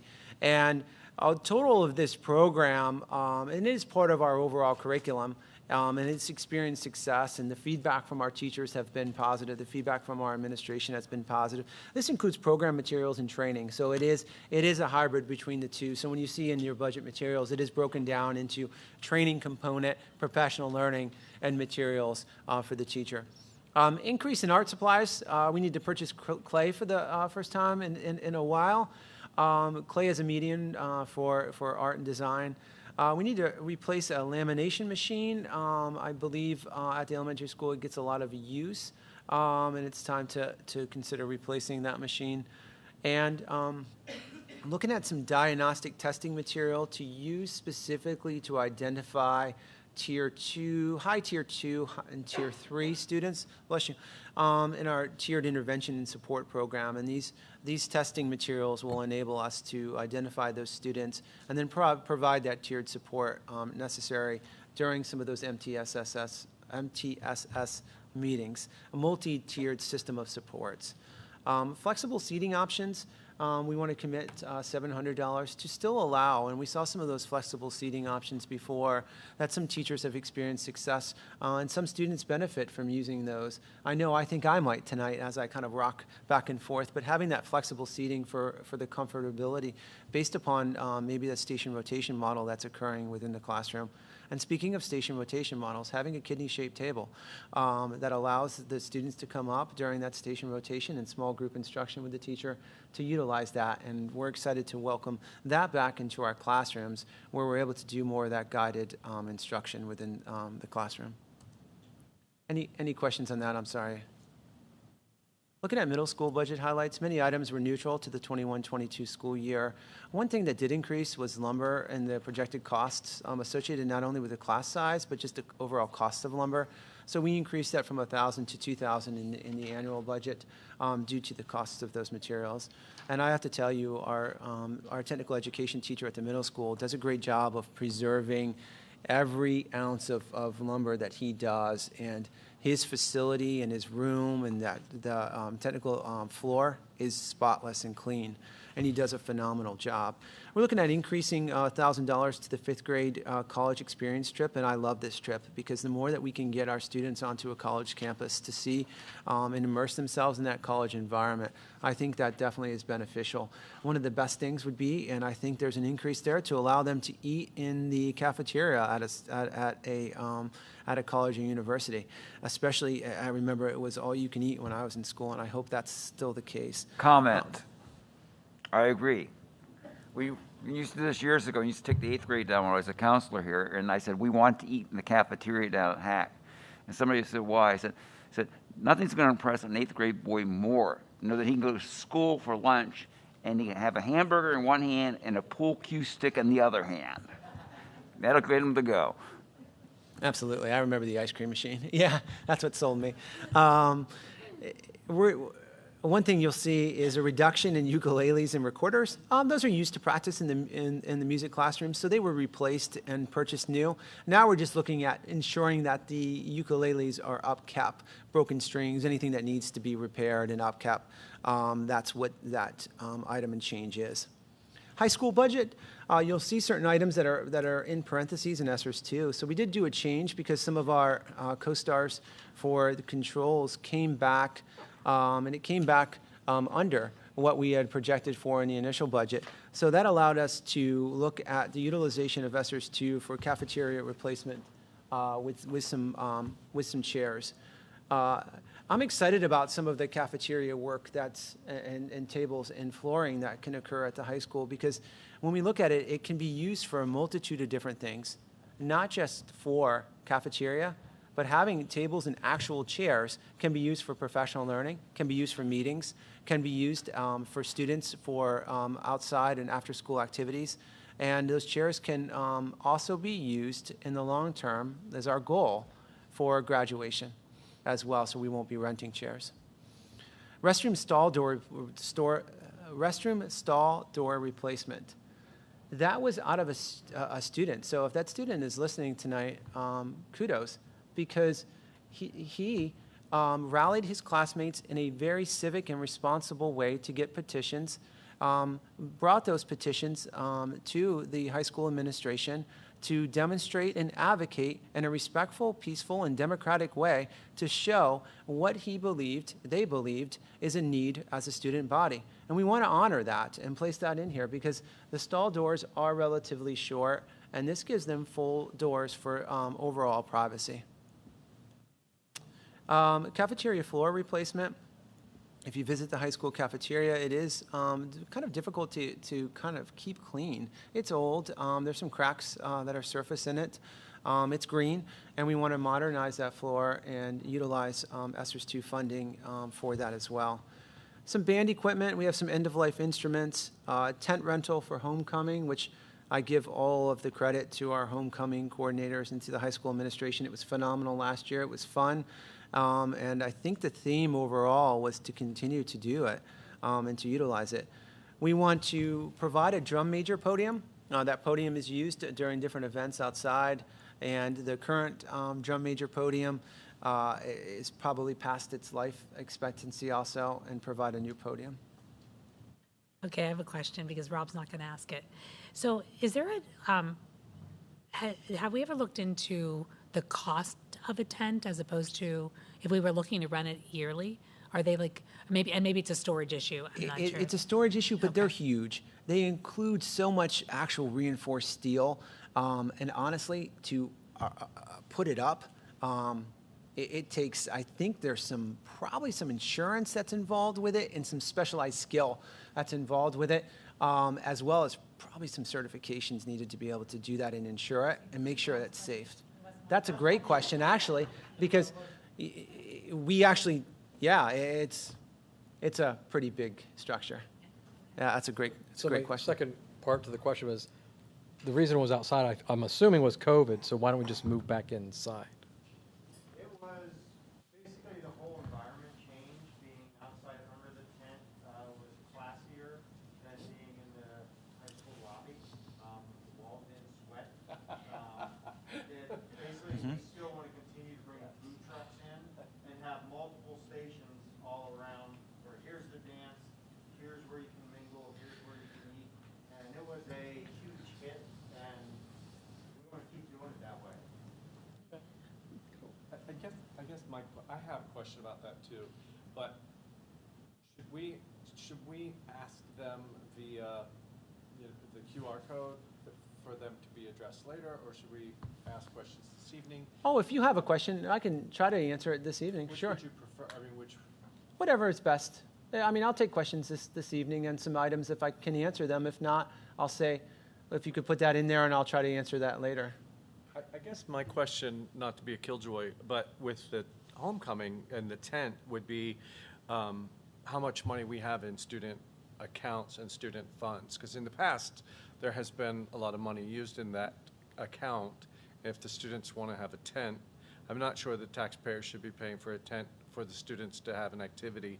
So I would want to consider a student accounts for the rental of a tent if that's what the students want for student activity. And I think that's something we can look at, and I think that the ticket price, we try to maintain a lower ticket price for homecoming to encourage more students to attend it.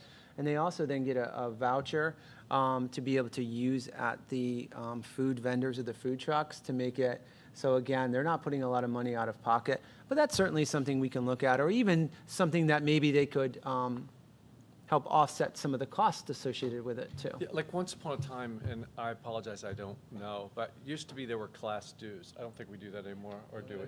Yes, we do. And I hated class dues because it just felt, it just felt wrong to me. But those dues accumulate, and then you end up with quite a bit of money for things like homecoming and prom, and that's class trip. To defer those costs, that's why there are class dues. So if each kid has to pay class dues, and then we're going to also budget money for like homecoming and prom, it just is something I would want to examine. I don't disagree, but I guess I want it for the opposite information, because it was always my understanding that class dues and all of the class fundraisers and stuff that you do over the years really go towards your senior year of the or your junior year, I guess, because the juniors pay for prom. It's offset because Yeah. the dues do help offset some of the costs, not all of it for the dances along the way, but it does go towards things like that. But the junior year for prom helps benefit, and then whatever remaining. But that's what I mean, I would like to see this money, because I doubt it's enough to even cover prom, that I would be okay as a taxpayer paying $3,000 for the tent rental for homecoming to give our kids something nice.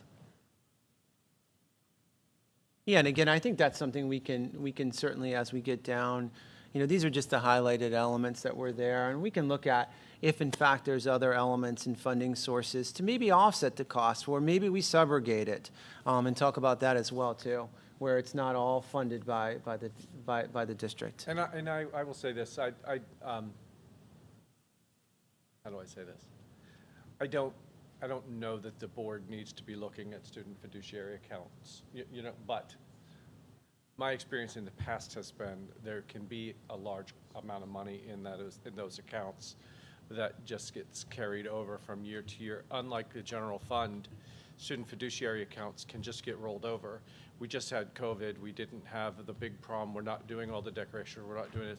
So in my mind, I'm wondering, and I would just leave this up to Mr. Funk's, discretion. If there's significant funds in those accounts, then I would suggest this might not be the best way to go, and leave it up to your judgment. It's really, I'm not going to say it's not the board's business, but I don't think the board needs to be micromanaging student account funds. Thank you. We will definitely take a look at that, for sure. And the next is to increase fall play and musical. We see an increase in costs associated with the musical and fall plays. Renting, I'm going to probably mess it up, the playbills, if that's the right word to use. Thank you. The performance rights to the shows. And backdrops sometimes as well. Increase with lumber when it comes to producing sets. All of that adds up. And our students do a great job of offsetting some of the costs with fundraisers, as we ate a lot of spaghetti. Just the last fundraising event, they did really well, and they had some fun doing it and making it. But we also want to honor some of that increase that we see with commodities and increasing some of the prices, and give them a little bit of an increase as well. And they do a great job, and it's a student activity that we want to continue to support. The next element is storage cabinet for music and choral folders. That's just for overall organization. There's a tremendous amount of music that gets used in and out, depending on the levels of students and depending on practicing, and just keeping that overall organization and flow. This piece of equipment helps to organize those folders for students. And there's never enough equipment or supplies when it comes to being able to organize things. Dr. Fox, Yeah. While you're switching, I don't know when a good time to bring this up, but just with the musical, and now that we have a better dedicated Facebook person, a better dedicated communication person, and with high school and everything, with springtime coming up and people cleaning out their things and stuff, I hear a lot from the community. One thing not on the musical, Duncannon and Penn Township can't take books for recycling anymore. So if people have good quality books that they're looking to get rid of, if one of the schools are in need of books, that's something that we could start putting on Facebook. Like if you're spring cleaning, call this number and you can drop off books at the school. But the other big thing, someone had posted they weren't in Duncannon, they were in the Perry County area. But they were cleaning out closets and they had like old bridesmaid dresses and clothes and stuff, and they were looking for a school to donate for plays and musicals. Maybe we could send stuff out like that occasionally, like especially this time of year when people are starting to spring clean and everything. Like, look, if you have things, because it might not be something for this particular play, but we don't know what's going to happen next year. Like, now that we have storage for the musical and the play and everything, that they could start, collecting costumes and stuff to help, with costs. I know back when I was in high school, we had a whole closet, and it wasn't just the people in the play that used it. It was like, people went to the Renaissance Fair and there was costumes that they could wear for the Renaissance Fair, or there were things that they, did reenactments or stuff in English classes and things like that where they would use the costumes. So just a thought that maybe, now that we have this better communication with the community, we can start, accruing some of those things. I was under the understanding that storage was a huge issue. And so I was going to say, that's a great idea, but we have no place to store it. But you said now that we do have storage. So I got twofold. First, I commend Mr. Funk and Mr. Howell. We have a room upstairs that currently wasn't being utilized at this time. So we were able to take some racks from some of the leftover clothes that were kind of stacked and use that so they can organize some of the material. In terms of like large amounts, I think it's really going to be dependent. I think you make a great point. And to go back to your point, we don't have an overabundance of it, and we don't want to ask for all hands on deck and stack too much. But if we know specifically with what you're saying, if next year we want to do, I'm just throwing a musical out there, I don't even know, Addams Family. We already did that one. I really struck out there. We may need clothes like I wear then, dark suits. We may want to say, hey, we need a couple of dark suits this size. Can anybody donate those? And then we can reach out and see that specifically to help offset the cost. But just in terms of overall storage, we got to be prudent on what we take, because we can't take a lot at this particular time. I'll just throw out, now that we have a technology education teacher that is retiring, there's the dark room, there's a lot of space in there that we may want to do something to, reconstruct that area, throw some money in perhaps, but there's a lot of space back in there that is not being utilized, that might work. Absolutely, and we may have some curricular goals in the future for those spaces too. But great points. Thank you. Thank you. Moving ahead, if it's okay, with some technology budget highlights. Technology, again, you're going to see the word E-rate, which is E-rate is a government rate that offsets some of the costs when elements and items are eligible under E-rate, which would come open, and we would apply for those. And we believe certain categorical areas that we're putting on here are E-rate eligible, thanks to the hard work of Mrs. Matosh and her team of researching if they are eligible to be approved. And it's continuing with the replacement of certain access points, including in and around our high school in the outdoor access areas for outdoor classrooms, so our students can have IP and connection to some outdoor classrooms as well. And there's some really fascinating and cool things that can be done. We're having that technology integration as well. And we're going to look for E-rate with that. So you'll see the basic price would have been $73,000 quoted on that, but with E-rate approved, that would be $29,200. A core switch for the high school, and I put a star by that because I want to give Mrs. Montosh, I want to give Mr. Zebek and Mr. Flesher, both Paul and Corey, really a kudos to this as well. Our core switch at the high school failed. And Corey, Paul, and Mrs. Montosh were able to come in, and I believe it was on a weekend, and patch together our core switch, at which time, really, we didn't even know there was any loss of connectivity, because they were able to rework this and reroute it to get us a patch through this year. Now, we know that it may not make its life expectancy in the patch, but it's getting through with what we have right now. And because of that, we're able to save almost $33,000 because E-rate eligibility wasn't at that time. And while it's coming open, we can then make sure that that core switch is E-rate eligible. So because of their hard work, dedication, really just their engineering, we're able to save approximately $33,000. I don't want to jinx us, right? Because I'm talking really a lot like but honestly, they've done a great job.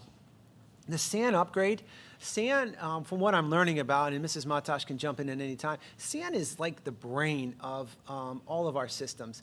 It is that major kind of center which helps communicate and connect all of our network systems together. And without a solid SAN upgrade, it's critical to our overall infrastructure and our systems. And when that fails, it's could be mass critical to our overall operations and our technology. So we're nearing the life end of our current SAN, and we want to upgrade it. And we're looking at about $40,000 for that particular upgrade. That is imperative. Sophos is our antivirus protection, very much needed, especially this day and age when it comes to the penetrations and people trying to get in, sending information and taking information. Switch for maintenance and alternative ed. We want to make sure that the switches in these particular closets are upgraded, and they would be E-rate approved. Delta Math is a program that allows for some, it's a high school program. It allows and integrates into some of our Canvas. And it's a online math practice. You can design different practice exercises with that as well. I don't know how to really say that into much more detail, but really it's removing IXL at the high school. And it allows for some cost savings, and it's a $900 program that our math teachers have vetted and said that that's something that they advocated for. PAETEP, I think, has been, we're continuing to work through the utilization of the electronic teacher evaluation portal. Act 82, and now with the changes of Act 13, and I thank you for allowing us to use it this year, has been in collecting and harnessing it all in one system, has really benefited our workflow. And I think just having that integrated in there as well helps us to really focus on the conversation and not on where's my Google form, I thought I submitted that to you, what form do I use, and allows us to focus on the pre and post observation questions. Diagnostic and adaptive software. That could be anything from iReady to IXL to anything in between, and we're still working with our teachers on identifying the best particular software to use. And when we say adaptive software, we want something that's intuitive. We want to be able to take a quick 10 to 15 minute assessment to know where that student may need, and that software then adapts and becomes intuitive to connect into some of the learning that they may have. And we're looking to offset the cost of that program with ESSER 3. Technology continued. Looking at ESSER 3 also to utilize a service called Frontline, which is a human resource management software. So everything from advertising a particular job on our website, and it goes into what's called K-12 jobs. And a lot of school districts throughout the Commonwealth of Pennsylvania use K-12 jobs, and it connects you. So once, if I were to apply, let's say to be a history teacher, I would go in and complete that application. I could then see all of the school districts throughout the area that may have an opening in social studies and hit apply, and it sends my application to all of those. It allows us to be active in that market that others are utilizing right now and not be left out, where we say, submit your standard PA teaching application. Oh, well, honestly, that's one more thing I don't want to do. Well, if it's already in there, you can click on and we can be competitive in that market as well. And then it tracks, we schedule interviews through that system. We schedule when we want to bring that teacher back. We schedule the Act 168 forms, and it's a solid workflow from beginning to end. A really neat system, and a pretty costly system, but one that we believe we can use over the next couple of years and get a look at. Do we use Frontline for teachers reporting absences? Used to be ASOP. Yes, sir. Now Frontline. So, yeah, so that's they the would be vendor. using Frontline across the board then? Yes. Okay. And we also use it also for Forecast 5, which is just some prediction software when it comes to when I gave you that number of 1%, for less than 1% for athletics. I didn't crunch those numbers. Forecast 5 crunched those numbers for me. And one of the charts I have in here is from Forecast 5 too, and we subscribe to that also. Track cameras, we need to replace, professional skills learning curriculum. We see that, again, you're going to see the parentheses ESSER 7%. There's ESSER 2, there's ESSER 3, and ESSER 7%. now you're going to see why some of these accounting codes have changed too, because as the money comes into FAI, we need to track it to its appropriate funding source. And then also for monitoring, we want to make sure that what we agreed to purchase is therefore spent on.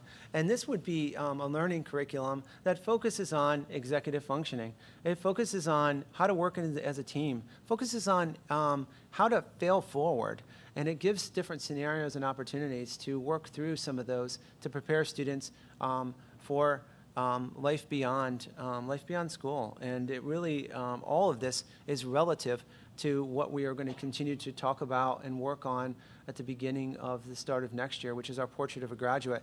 And I believe this learning curriculum is going to add some life into that as well. Now, would that be something that all teachers would get a little bit of professional development on and be expected to incorporate across the board K-8 in all classes, or would it be a specifically taught thing? That's a really great question. We're going to look at what the scope and sequence, and then we'll look at where it's best that some of these modules or units, I'll even take a step back. They're not as, probably shouldn't use the word unit because that sounds like it's really long over time. Some of these lessons, and these lessons are about 10 to 15, sometimes 20 minutes. Are they best in a health class? Are they best done in a homeroom period? Are they best done in an activity period? Or is Mr. Black and Mr. Ward or Dr. Lorfink and Mrs. Comp seeing an increase in not being able to work in a group, and we need to take a step back and here's some lessons that we can kind of refresh on and use. So I think it gives us a lot of different flexibility to be used in a multitude of different ways, but awesome question. Very, very good question. We want to increase our track cameras as well. We have some track cameras through our track program. Again, when we have fully automated timing, FAT timing, I like that, and utilize that, which is awesome for track meets, hosting different events and invitationals, being able to have those and connect that into the software that we currently have.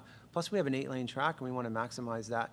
This is, again, a replacement and an additional camera because you want one on the outside, one on the inside to collect those hip tags as the athletes come through the line. Apple Pencils. Our elementary teachers did not get Apple Pencils, and the Apple Pencils allows for some intuitive functionality of the iPad and using it, being able to mock up work, being able to annotate quickly and the utilization of Canvas and annotate on top of a document, pushing it back and getting that feedback that's authentic to a student relatively quickly, or pushing up something in work on a smart TV. It gives them that functionality. Plus, gives them what the others at the middle school and high school also have. And we want to make sure our counselors also have that equipment as well. We want to continue with our large screen TV and mounts and Apple TVs. This is part of our replacement plans with some failing Promethean, or I used to call them star boards when I was in school, but I think they're smart boards that have failed. And as their lifespan and some of the projectors are going, we're replacing them with televisions. We're getting more life out of them. There's more functionality associated with them, and the connectivity is also there as well. TV Shield. This is pretty neat. So our physical education teachers here at the high school use the gym as a learning space. They will put up different videos. They will put up different essential questions. They will put up different activities or workflow for the students. And we wanted and we considered mounting a projector. What that projector would look like would be large, it would be costly, and then mounting a screen would be costly. So we said, how can we think of something creatively? Well, we said, maybe we can wheel in a cart. Well, that cart would have cords, that cart would be less of storage. It wouldn't necessarily function well. So we said, we have that capacity of large screen TVs. How can we protect one? Well, we researched and found a company called TV Shield that builds them specifically for gyms in areas that can take a beating. And we could put a television up with a shield, which is basically a large-scale synthetic plastic clear-through shield, and use it. And it can be used for other events as well, to maybe even through athletics in different venues. And the last one is 35 handheld radios. And these radios are going to be used over time to replace some of our cell phone contracts that we have for some of our maintenance team and some of our custodians. So we issue cell phones, and we believe that over time we may be able to have a long-term cost savings for the district by utilizing handheld radios. And we do have repeaters throughout our district, so we believe some of the areas and low-lying areas may not be there.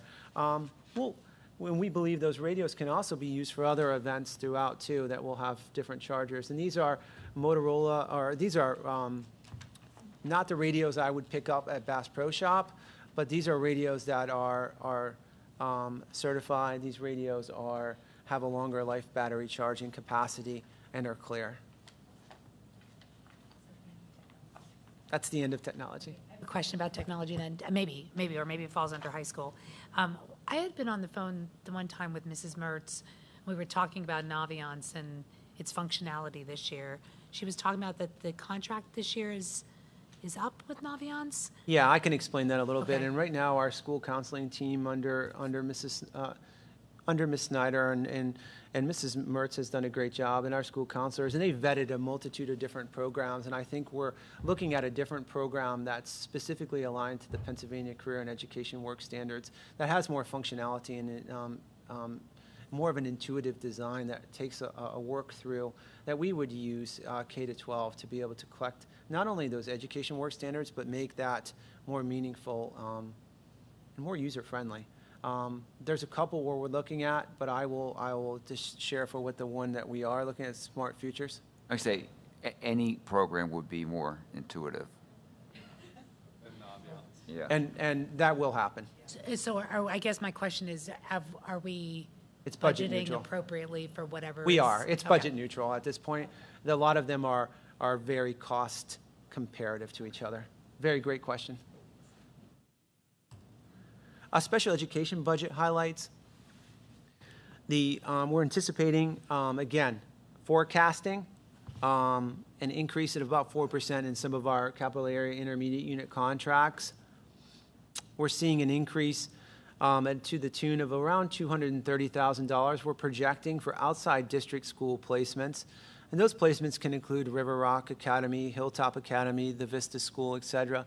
A lot of those are driven twofold. They're by the needs of the student, and they're also sometimes those placements occur, and it shouldn't necessarily always say special education at the top for these placements, because sometimes policy violators, we do need to sometimes provide that education for those students as well.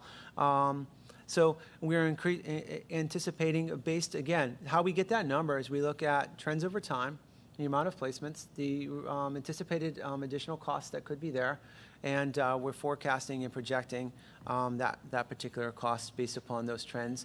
And we also look at the current needs of students. And we always look at a placement is not a permanency. That's really important, and that's been a mantra of special education throughout, where a placement is not a permanency. When in fact that student has maintained and completed the goals or has the skills, we want to return and provide a transition plan for that student to return to here or to a different environment that's best for that student. Just a comment from a historical perspective for those of who are new to the district. Once upon a time, we created our own alt ed program in order to reduce these types of costs of outside placements. I don't know how many students are in our alternative program, but I'm thinking it's like 2 or something. So it might be time, I'm not saying now, but it might be time to begin to reflect on the cost effectiveness of operating our own alternative education program for 1 or 2 students for 45 days at a time, if indeed we're going to start to see this type of increasement in off-campus placement. And really, and what's best for which serves our kids best is probably more important, but that we should probably be looking at that cost effectiveness again. Just throwing it out. Absolutely. I think you make a great point, and is there anything we can do with that program differently? Now, I also want to say that we try to utilize our alternative education program when we're able to, and sometimes the needs generated with students are not best met in our alternative ed program because the needs may not be disciplinary, where a 45-day alternative education placement is more than likely, or is behavioral placed because of a violation of the student code of conduct or policy. Whereas some of these outside district placements are not associated with behaviors all the time, but they're associated with needs. And their learning needs based on IEP. But I think you're specifically talking, let's take a look at how are we utilizing our program, and is there any other way we can utilize that program differently, and what is our capacity, and where have we hit? And I think that's a good question. Yeah, because it's more than just staffing. You know, we it's the air conditioning unit and the heating and all those things. But once upon a time, again, historically, when we created that program, it was, if I remember correctly, that we would actually say to the other Perry County schools, if not East Pennsboro or schools that were close, that we have this option for them if they don't have the option, that they don't want to spend $30,000 or whatever to send a student to Hilltop because they don't need that, but they need what we have to offer. If we could increase our number of students by providing that service as we would for autism and some of the special programs we have that we offer to other districts. It just might be, it's probably one of many things we just need to probably reevaluate. Yep. Dr. Rubish? There's a fundamental difference here. The students who are in alternate ed are there because they have some kind of behavioral problem. The people that are going to River Rock and Hilltop and Vista, they don't have an IEP. They're special education. It's like comparing apples to oranges. They're different. I respectfully say not everyone who goes to those schools have an IEP. Yeah, I think. I mean, we probably send them there because of their IEP. I don't know what our district does, but I mean, I'm regular ed students. Yeah, I think. Can go to those schools as well. I think my heading lends itself to special education, but knowing full well that River Rock does have an alternative education placement as well connected to it. And there's a River Rock that's a placement for emotional support students as well. So I think it could be both depending on the needs of a student. And if we can maintain that student within our own program, we definitely will first. But yes, a lot of these students that go to outside placements are going because there's a specific need in terms of smaller group environments, goals directed in an individual education plan, and it was direction of the IEP team. So that's a great And I guess question as well. not to dive too deep into this, John's point is a good point, but I'm thinking of the student who had a policy violation or has something that they have to be moved out of the traditional setting, but they don't necessarily have an IEP that has an emotional support component that they need therapeutic piece. So and we could offer and do offer that. Perhaps we could offer that to other districts as well. I mean, it's. Absolutely. Yep, noted. Yep, for sure. I think that's a good point of looking at that program and seeing what capacity we can build within that program with still being mindful of the size of the program, being mindful of the teacher, being mindful of the needs, and being mindful just of the overall operation. Sure, absolutely. We see an increase of about $25,000 we're projecting for occupational therapist services. We contract for OT services as well, so we're projecting. Again, we're forecasting based upon student needs that we're seeing right now. Current students in the district or number of students coming in? A combination. And again, we're kind of forecasting and projecting. So would that, I'm surprised that that's just for that particular service as opposed to like speech and language would also, like typically that's the higher of the two. So currently we have 2 of our own speech and language therapists, so we're blessed to have that. And we do contract a little bit with some CAIU services to offset because of the need, but with having, and we're fortunate to have 2 extremely qualified and outstanding speech and language teachers, that takes some of that cost down for us. So with the increase, is that worth looking at to have your own OT within the district, which would then be less because you could hire an OT for with the to work solely for the district. Possibility. But we'd have to look at the trends over time to dictate if that's something we want. So, for instance, you'll see in here one of the things we may want to do is look at social work services too. But we want to be able to track need over time to be able to justify that and to see if that is worthy of bringing on not just 108,000. So we would bring on, of course, salary, benefits, PCERS contribution, and all the others that go into it. But it's worthy of taking a look at long term to see. But I think you have the availability that if there are other identified needs, they could look at that across the entire district versus the students that they're just specifically identified for. Absolutely. I think it's worthy of a conversation. Thank you. I think your question is absolutely valid, and I just wanted to reiterate what Dr. Fox may have said. I do know that the special ed director and the team there, they do look at, they're constantly looking at the needs of students and looking to see what is the most efficient and effective solution for each specific child. And just because they are in a certain placement does not mean they are not frequently reevaluated for placement. So the placements change, and I think that they have appropriately budgeted for ups and downs based upon what they foresee at this particular time. I guess what I'm trying to say is the way they're doing it right now and this budget, they're very nimble and conservative in what they're doing. I would urge a little bit of caution in having such a specialized teacher-employer for that very specific need that might not be around all the time. So I just wanted to reiterate the fact that I think that just from my short time here, the special ed team is constantly looking at ways to keep the district spend down, but always at the same time keeping mindful of the needs of each specific student. And the last is nursing contracted services. Certain students require having a nurse with them, and we do contract with nursing services. That is above and beyond because that nurse must be with them, and a lot of times, sometimes that nurse will transport and ride along with the student too.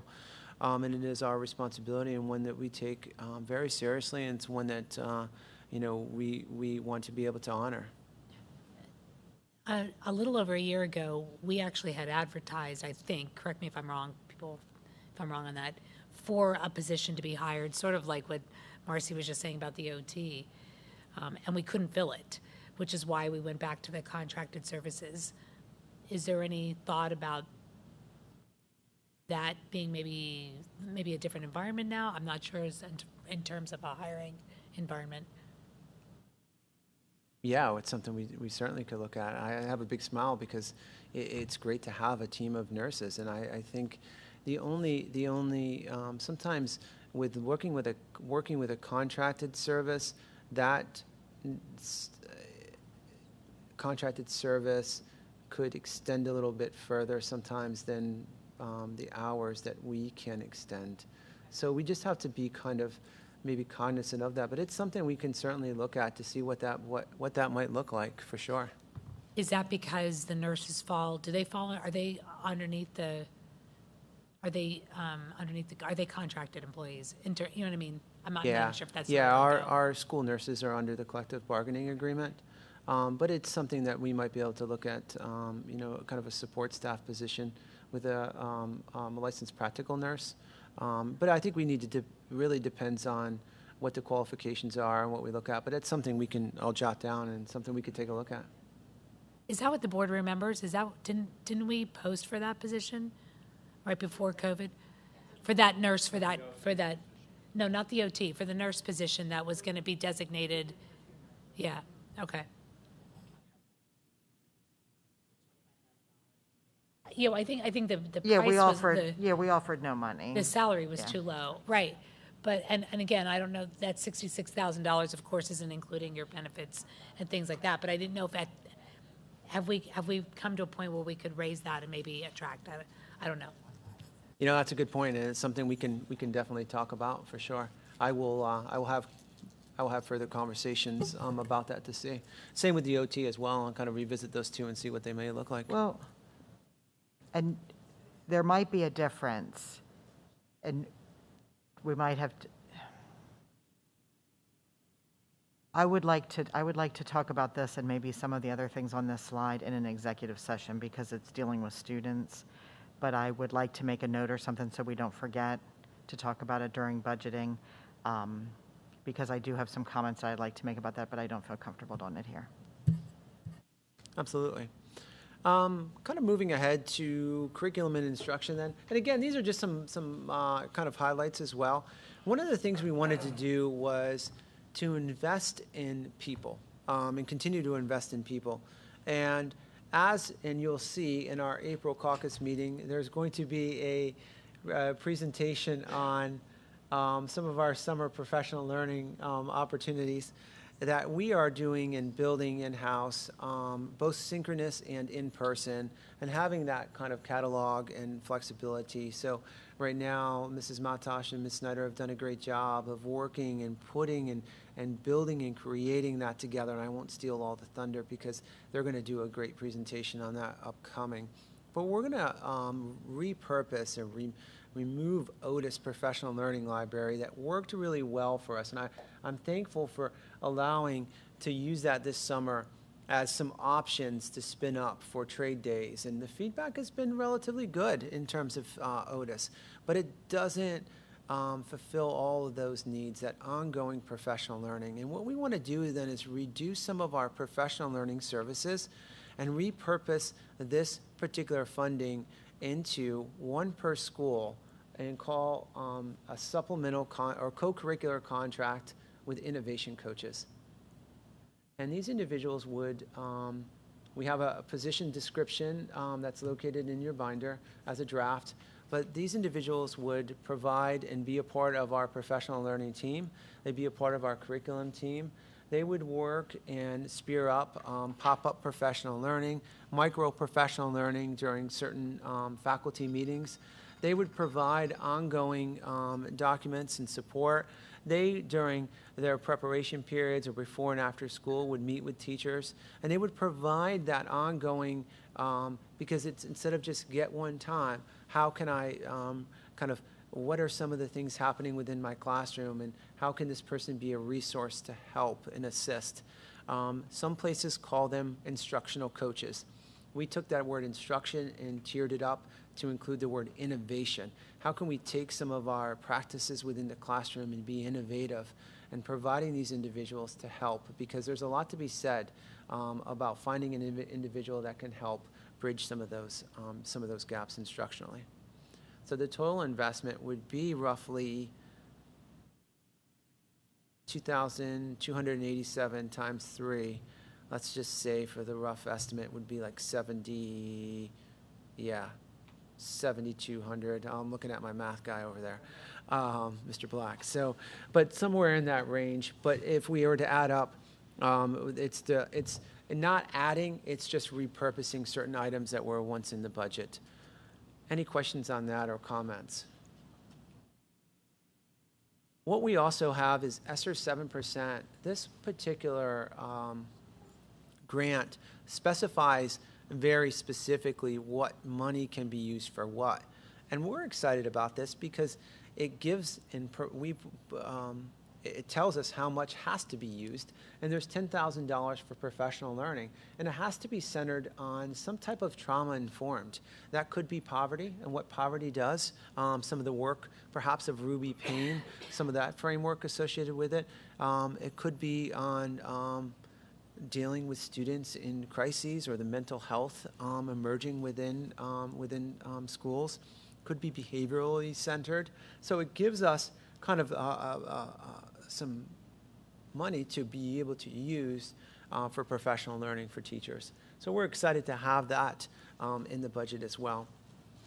I'm going to give Ms. Snyder a lot of credit as well, and she's reached out and applied for another particular grant because we see the need for this, which is contracting for social work services. We did budget in ESSER 7%, $65,561, kind of a unique number, right?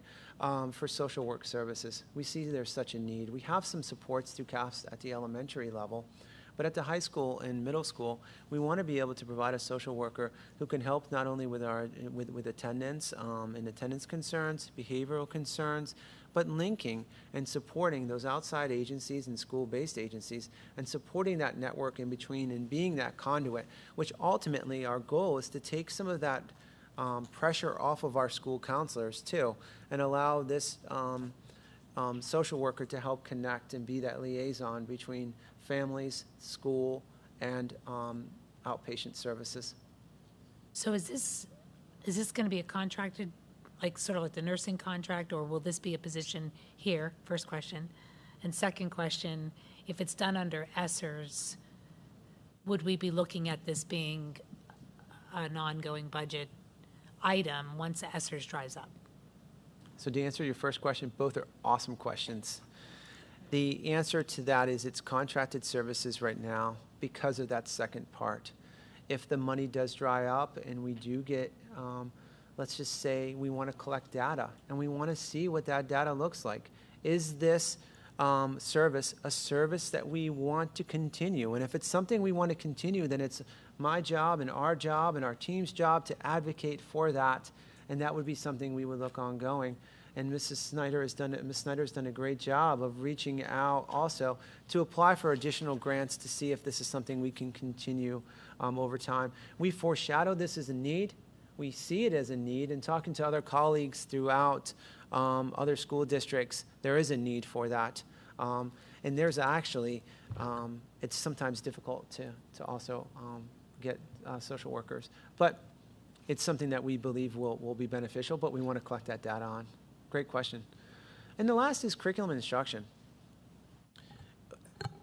Our team is going to do a lot of work and continue to plan. And Ms. Snyder is new in this position. I think this is coming on 1 month anniversary, maybe? Oh. No, that's right. Time flies when you're having fun.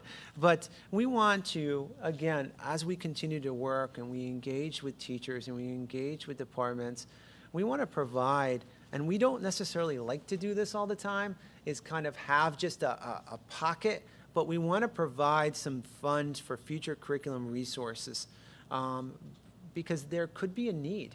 And we want to be able to honor some of that need for teachers and the work that we're going to be doing and be able to provide a little bit of seed money when we're ready to be able to do that. Otherwise, we don't want to say no to an innovative idea that an educator or a department may have. All right, this fancy chart is a budget breakdown by object code. You'll see the 100s are salaries, the 200s are benefits. Those are accounting for 40%. You'll see in this pink salmon color chart area located to our right. I love a good pie chart. Purchase services, about $6 million, you'll see in the 500 areas. And this is reflective in some of the breakdowns that you'll see within our budget frameworks and line items, for a grand total of $36,377,163 at this particular time on March 1st. So cyber costs go under the purchase services then? That is correct. Preliminary budget by function. This kind of now takes that object, and this is the second element to the functions. You'll see as well regular education, special education, vocational education. When you think vocational education, you're automatically thinking, oh my goodness, that's all Cumberland Perry Career and Tech Center. We're spending $1.5 million. That's not the case. Vocational education also includes supplies necessary for technical education, and certain other elements are also under that umbrella because of the accounting codes and functions from the charts of accounting. Yeah. Do we have those new accounting codes? We had asked for those last year. Oh, we can get them. Do we have those? I'll send them to you electronically because the booklet is huge. Okay. Yep. Well, just even those, like those breakdowns, the. Oh, go ahead. Oh, they're on PDEs? Not to steal anybody's thunder, but that is a great question. And Mrs. Ballsbaugh we've put together a Google document, which I'll get to, and there's a link on there for the state-issued chart of accounts, the 153-page document that has all those specifics on it. But I also shared this with Mrs. Matash, was it yesterday? Time flies. Basically, the codes that we use in a smaller table than 153 pages. It's still lengthy, but it will certainly help, and we'll get that to you as part of the documentation that goes with this. Great question. Thank you. Moving ahead, and as we already saw, Mr. Remming showcased and shared some of our debt service. And I just wanted to reiterate, this chart that I have in the presentation is now probably going to be, or is going to be old and obsolete, because this particular chart was forecasting, I believe, about 2.25% when we were originally planning. And it's exciting to see that we're getting some loans coming back at 1.55%, which drastically is creating the difference between a lot of these as well. But I think it's important to know that on the left-hand side, the black box, not necessarily the numbers, but in the blue box, the black box is we still would have debt. So next year's budget would still, if we were not doing anything, would still have $2.38503 million in our budget. So I think that's important. Moving ahead, what we are, I'm sorry, 2.352554. I looked at last year's, the 2023. So 2.35 million would still be in the budget if we did not do any projects. And this year, roughly, it's coming in under that now because of the new interest rate, but roughly 2.4.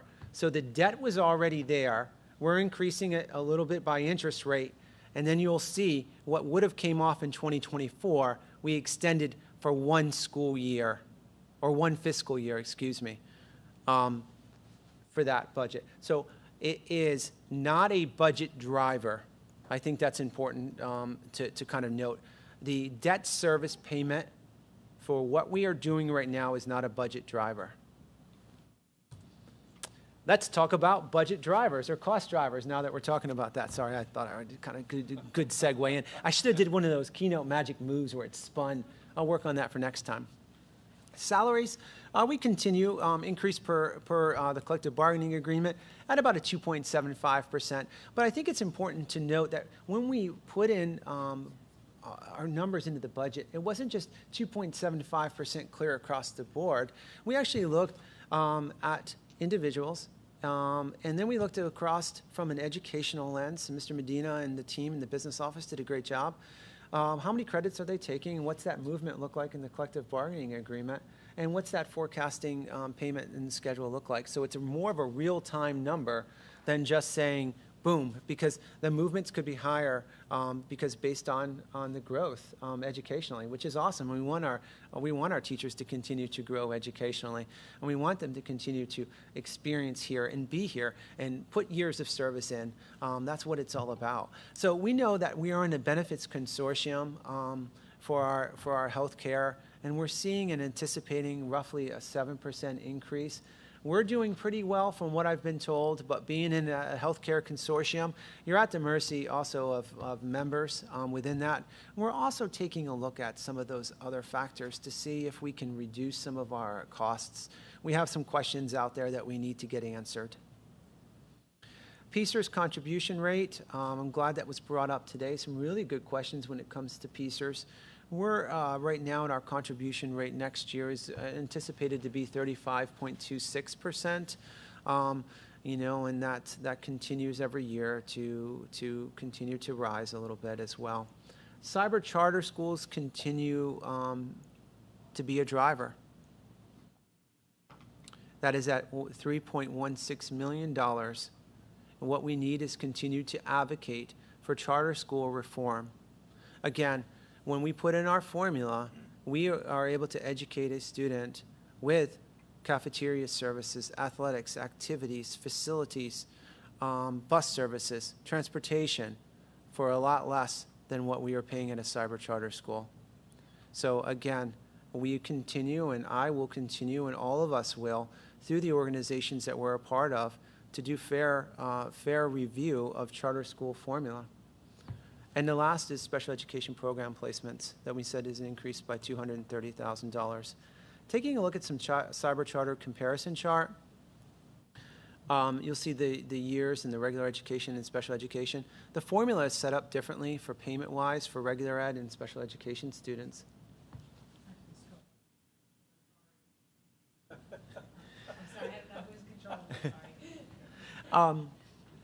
You'll see we did, enrollment did in fact drop, but we are projecting, again, based on the PDE 363, that formula-driven, there's projected to be an increase in that, and we'll continue to get those numbers as our numbers come to us. But we're forecasting a heavier payment. Projected revenue, important to note here, projected revenue from local sources is about $16,400,000, and from state sources is $15,873,000. Typically, your local is a lot higher than your state, and we're trending comparison-wise 46.3% and 47.9%. The federal is up. And the federal is up because we have to track the revenue coming through from ESSERS 2, ESSERS 3, and the 7% grant. Here is, I wish this number in red was different, but here's where we're at currently on March 1st. We are at $36.4 million in expenditures, $34.1 million in revenue, with a deficit right now trending at $2.3 million. That is as of right now on March 1st on our preliminary budget. Comparison budget years, looking at it trend-wise, where we were at the end of our budget planning process. Historically, looking at 18-19, we're at $33.1 million budget with a deficit of $1.3 million. 19-20, we were at about $34.2 million historically with a $1.6 million deficit. 2021, we saw $35.4 million with a $2.1 million deficit. And 21-22, last year's school year, $35.7 million budget with a $3 million deficit.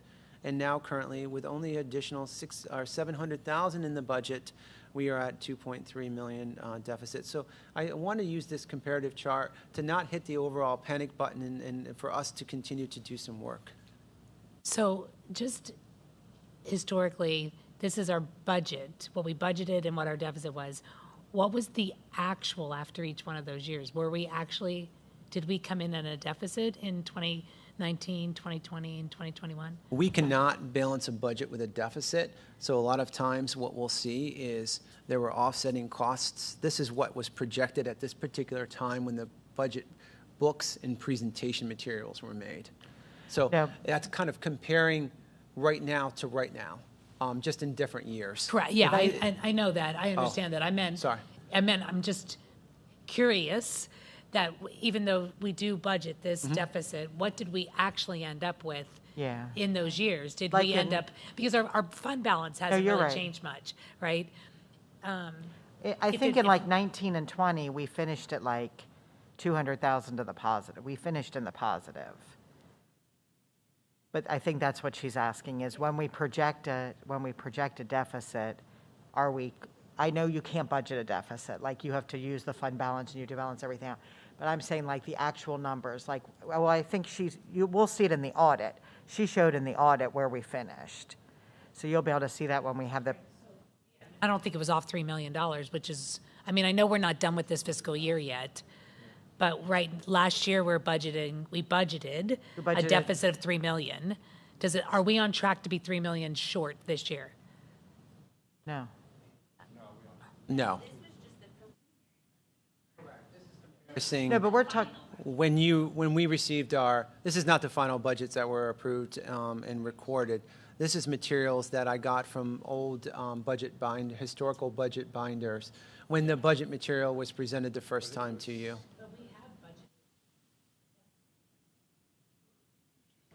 We budget a deficit and then show that we can use these funds to balance it, which is what he's saying.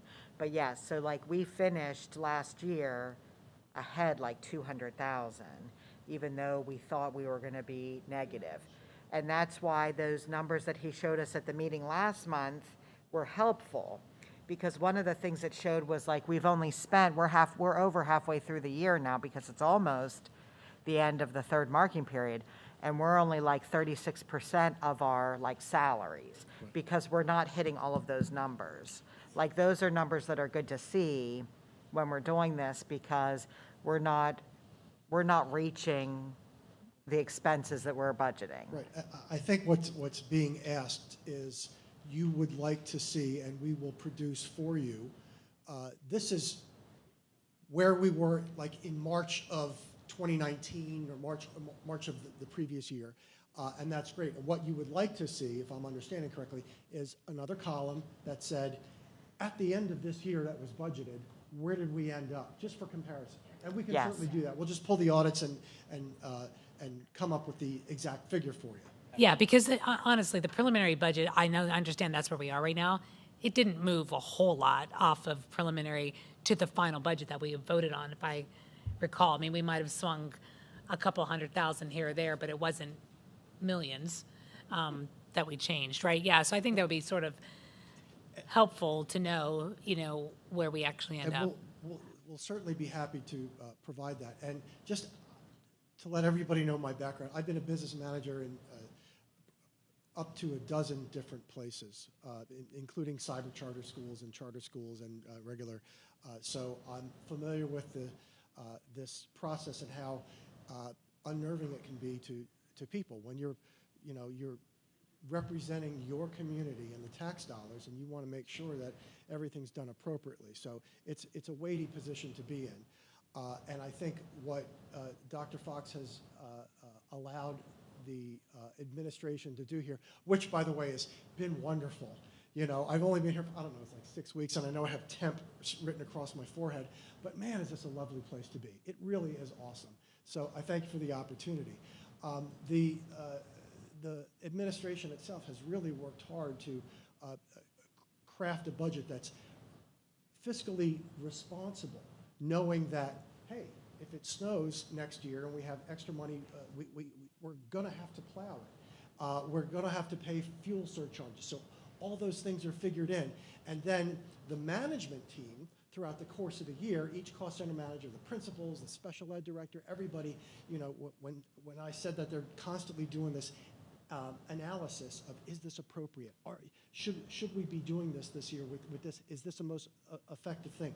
They're doing that day in and day out. So by doing that, they're able to control the weather, right? You see clouds coming, and they're like, well, we don't have to panic. We've got that money budgeted, and even though we thought there was a 95% chance of this thing happening, it didn't, so we don't have to spend that money.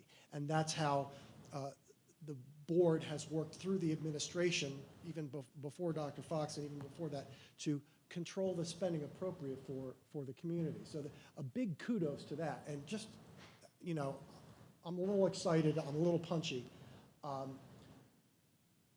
When I found out where this district was financially, when we were talking about the end of the debt service thing, that is remarkable, community, if you're listening still. Remarkable. I have been in, like I said, over a dozen places, and this is the first place that I have seen that has controlled their debt service to such a degree that the end is right there. That is phenomenal.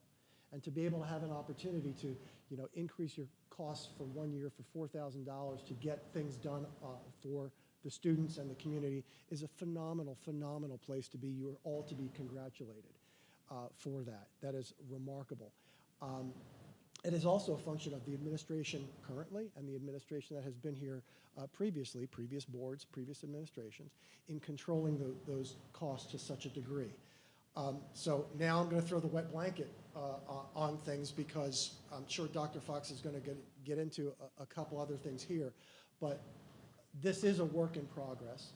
And so the accounting numbers have changed, and we had mentioned that before. So it's going to make the crosswalk a little foggy. But I hope everybody leaves here this evening fully understanding the work that's gone into this, previous to me, previous to Dr. Fox, previous to this particular board, in crafting this this budget to such a degree that it closely mimics where you were 2 years ago. I just have to make a comment, and I think I speak for our whole board when I say our teachers work every moment of every day with few resources, and we have asked them to do that year after year after year.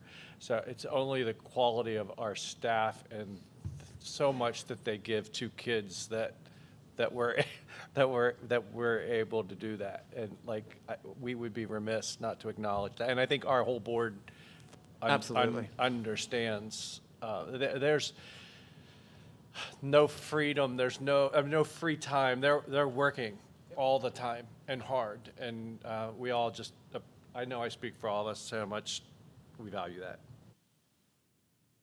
Thank you, absolutely. Well said. Thank you. Kind of diving and moving on, I just wanted to do a little bit of county millage comparison.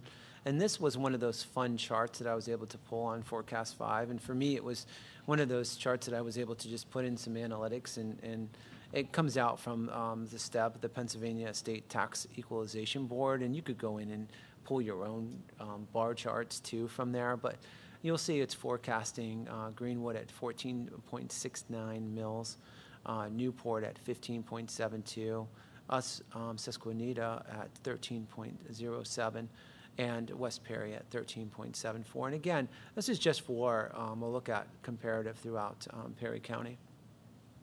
Important disclaimer when it comes to district millage rate. Millage rates are subject to change every year regardless of tax increase. And I think that's important. Because we are a multi-county school district operating in both Perry and Dauphin counties, we are required each year to rebalance our millage rate using an approved baseline method.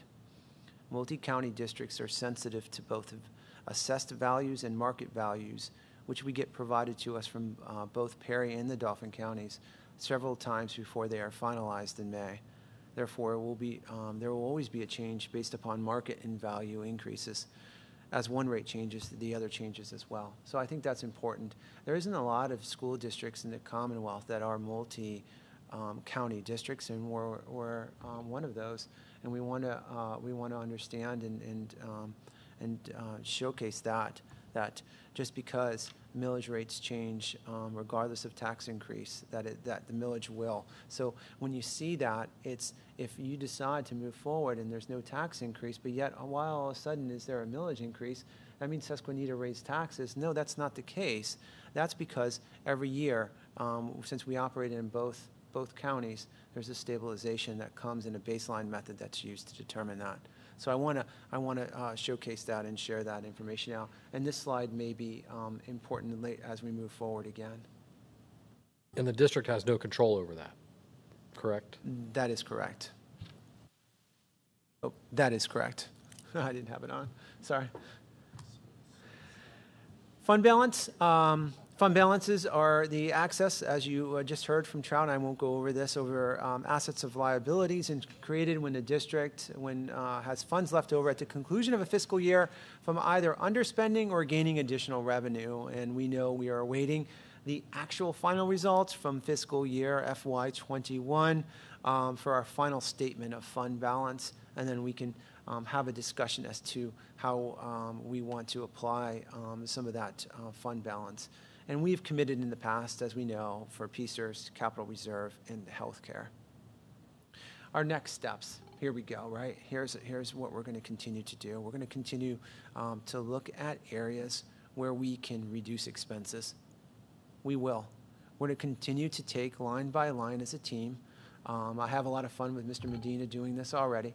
We kind of go back and forth and challenge each other on each line, and we'll continue to do that. And I know there's probably some things that we need to do again in this, and there's some things we've already at the last moment. It's only as good as the information printed 10 minutes ago that we're going to continue to go through and challenge and look at. And we're going to continue to work with our building administrators who do a great job of ensuring if there's something that can be purchased at a reduction rate, we will certainly do that. And if there's something that can be purchased earlier to get a discount, we will consider that also. Because again, when we talk about what's in here right now, it's not really large, it's pretty lean. And that lean budget is our commitment and promise to continue the curricular goals that we have in place. And we'll continue to do that. We continue to wait more information from the Commonwealth of Pennsylvania's budget, and we continue to keep our ears to PSBA and PASA and to other agencies that provide us information as to where we are at currently, PASBO, with the state of the Commonwealth's budget. I look forward to presenting to you more information and getting some of these great points that you put into play and providing some additional scenarios, options of how we may be able to work to continue to close some of this deficit as we move forward together. We want to continue to review all revenue sources, including refining our federal and Commonwealth estimates. And we'll continue at your discretion and direction.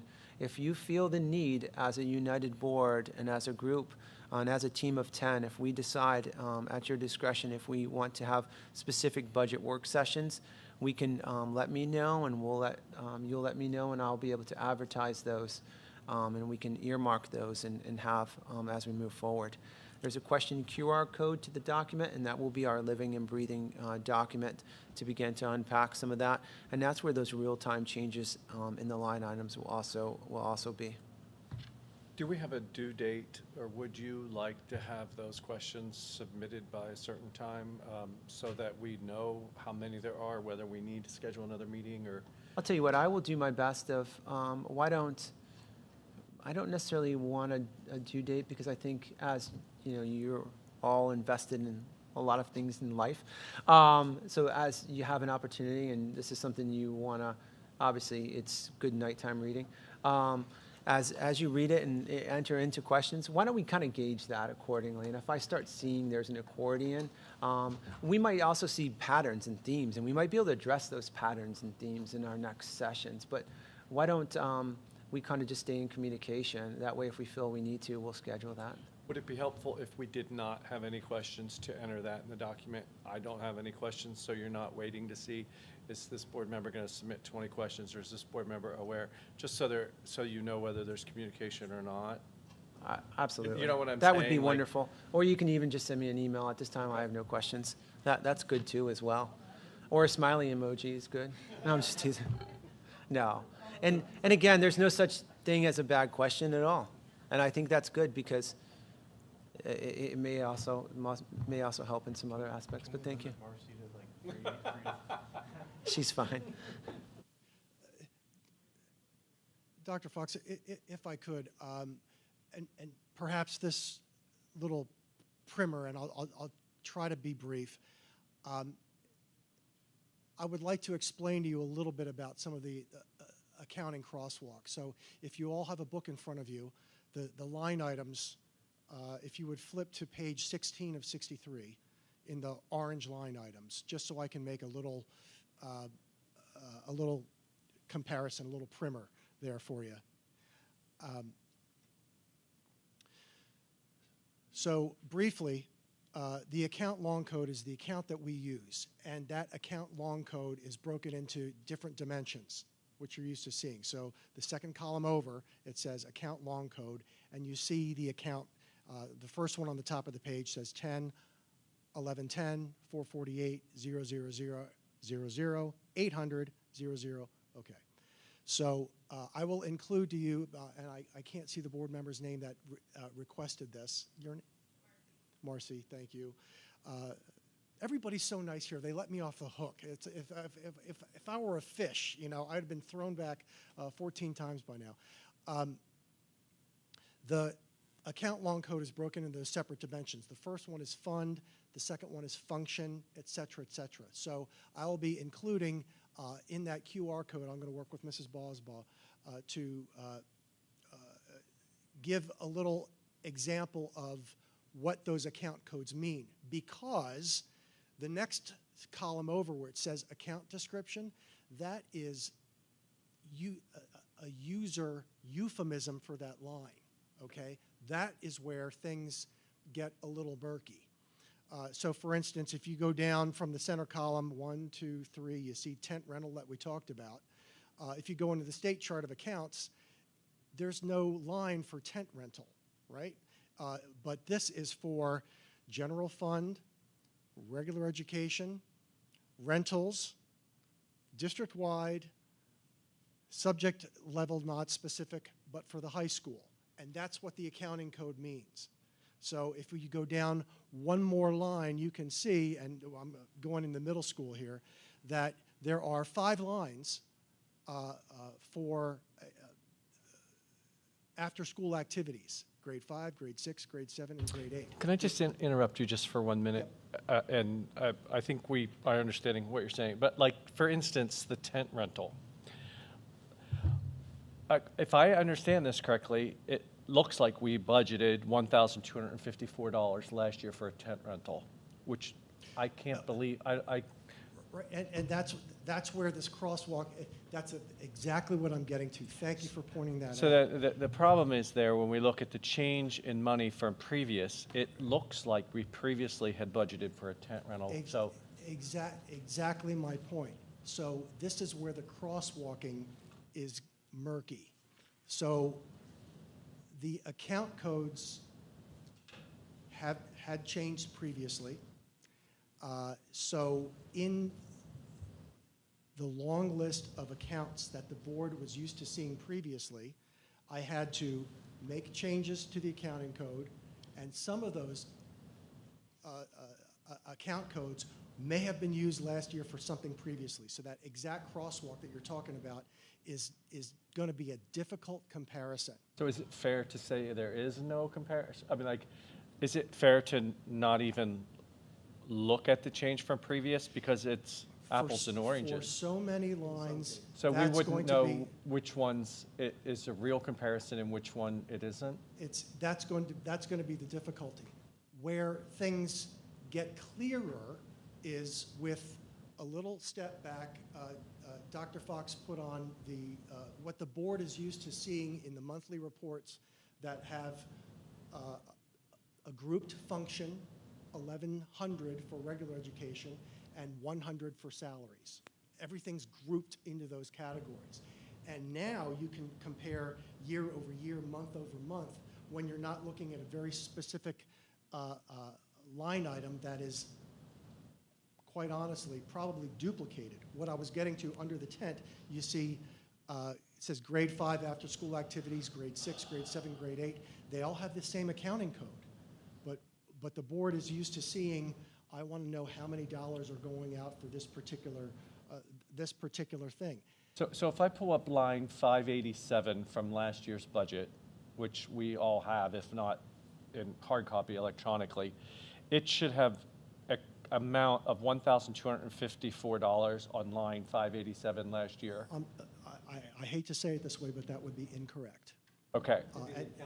Because the line numbers this year are just a numerical representation of the. So what I would have to put up 10, 1100, 10, 449. Yes, sir. If I pull that up, it should show 1254 and tell me what it was. If that accounting number existed in the previous year. But there is an amount from last year which indicates that it must have, or it would be 0.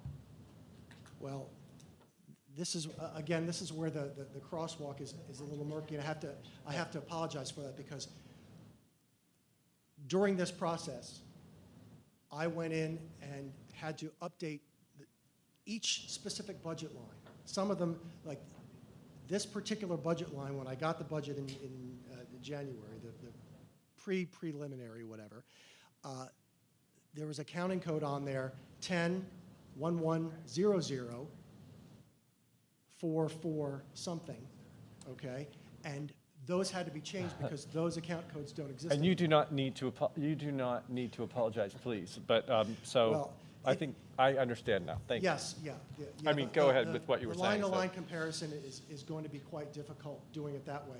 But what we will provide for you is the 500-foot view of the, regular instruction and salaries, those type of things, where where it can be applied, we'll provide that for you, just as we are for our monthly board reports. So I wanted to point that out because I know people are detail-oriented, and they like to look at the particular lines. And I had this discussion with Dr. Fox, and I thought if you're looking at these particular lines, you're going to have more questions than answers. Next year will make sense. Next year will make sense. But what I would like to do, is try to make sense of next year, this current year, at the upcoming budget discussions for you. So each one of these questions that you have are absolutely valid, and what I'm hoping that you would do is include those, go on the QR code, go into this Google document, and please put those questions in so that I can find those answers for you in a way that is succinct and accurate, because that's what you're looking for. So the accounting codes don't change until next school year, They're correct? changing currently. They're, all right. So as we're doing our expenditures now, are we using, as a cross-reference, are we using the new accounting codes? Are we using the old accounting codes? Or are we cross-referencing and using both accounting codes so that as we're doing our revenue and our expenditures, we will be able to see what was budgeted and what was expended for this budget year? For the budget year that we're Currently in, yes. We are, the business office is changing the codes. So we're in the middle of this flurry. Like when the accountant said that we're doing a lot of this work, we are actively every day updating the chart of accounts to reflect what the state says we need to do for our grants and for everything else. So that's what's going to make the crosswalk a little murky. When there are specific questions like how much did we spend on middle school after-school trips last year, we can pull those numbers for you. Okay.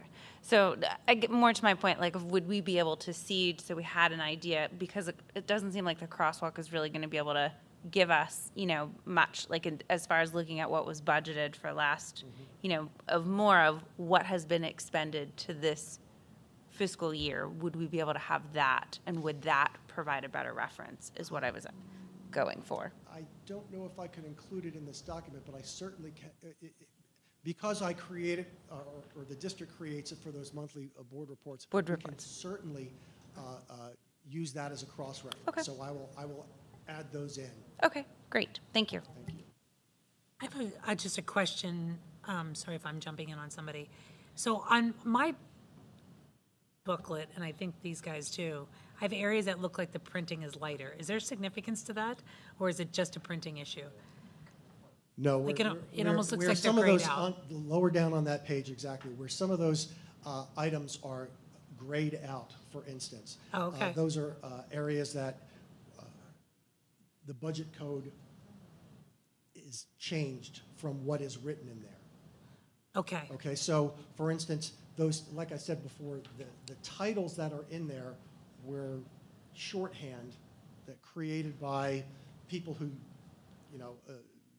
instead of writing out the entire code in English, regular instruction, transportation, middle school, high school, whatever, they just said, well, this fits in here, in this particular category, a line item that they could recognize, the board members could recognize. Why some of these are grayed out is because the items that are in there grade, that is not the right code for them. For instance, food is not a 610. Food is a 635. So in that particular line where it says food for iPad nights, even though the rest of the code might be correct, 610 is not the right portion of that code. It should be a 635.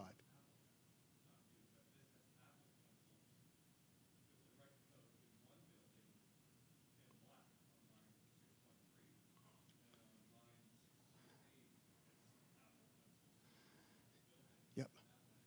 So, so you are watching the process live. So we had to, at one point, we had to pull the trigger and take a snapshot of this so the board would have something. These are things that are constantly changing. So this was actually maybe a printout from this morning. And so from between this morning and when I started working on this particular document, maybe this is work from yesterday or whatever, these items are being grayed out to be corrected. So the fix is, the fix is on the way. I don't want to say the fix is in, but the corrections are happening live. And which brings me to this last point is, I discussed this with Dr. Fox and Mrs. Bosbaugh, that even though you have a printed paper document with you now, the corrections are going to be made constantly to the online document. So that's where your questions will be answered, and we'll be able to say, in this online document where we'll try to keep the line numbers correct, if you had a question about a tent rental or something like that, you'll be able to see the document updated twice a week at least. And I hope that's helpful. So lines 847, and it's repeated down here lower, it says grossed up costs to be replaced with individual rows. So this is actually going to get longer. Yep. Okay. Yep. And so the line numbers you see, and this is the accordion, right? The accordion that Dr. Fox was saying, we put decimals after the line numbers so that we could expand them, right? So we try to keep everything in as numerical order as you're used to seeing it at one point, knowing that, you know, it's going to have to expand somehow. So it's going to get bigger before it gets cleaned up and gets smaller. The accordion and then back down. So once again, my school counselor was right when I was in high school when he had told me, and I kind of said, haha, you should always take an accounting class, John. It would be really good for you. So I hopefully my parents are listening in tonight and probably laughing at that too, because they also would have recommended that occurred. So if there's no more questions at this time, I do want to make three things. The first is to announce that we did come out of executive session at the beginning of our meeting, and I should have announced that at the beginning. And we did discuss legal and personnel matters. And there is one public comment in which I will read into the record here in a minute, unless anybody else has a public comment that they would like to make. At the adjournment of our caucus meeting, we will go into a quick executive. And we can certainly do that, sir. I would adhere to that. So if nobody else wants to, we can certainly do that. But I do want to read and honor our public comment for this evening. And the public comment comes from Mr. Corey Stone, Penn Township.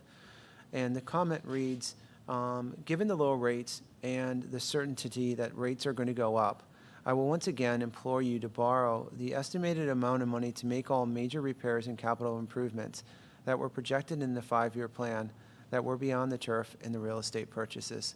So again, I think Mr. Stone is asking us as a group to look at the potential rates right now and what we were able to do, and seeing if we want to account for all of those 5-year facilities plan and include all of those in a current bank loan. My only attest to that, and that's a great point that he makes, is once you start getting into a certain financial dollar amount, and certainly I wish Mr. Remming was still here as well, is once we get past it, it stops becoming a bank loan, and certain monetary values may also start becoming a bond or issuing a bond because of major capital improvements as well. And I'm not saying in the future that we may not want to consider looking at a bond for particular needs that we may have. But at this particular point, we want to continue to honor that 5-year request and progress forward, because a lot of some of the, or several of those items that are on that 5-year plan are some of those, I don't want to say the term consumables, but they're like carpet replacements, floor replacements, and certain items such as that. We can continually progress. But I think Mr. Stone makes some great points. But that's, you know, I think we want to kind of, I think we were able to get the interest rate we were because of the low amount of money that we were borrowing and the time we were borrowing that to repay that too. So those are two elements that play into that loan. But I want to thank him for his comment. And at this time, we will come back in March the 8th for our board meeting. So I want to thank everybody for that.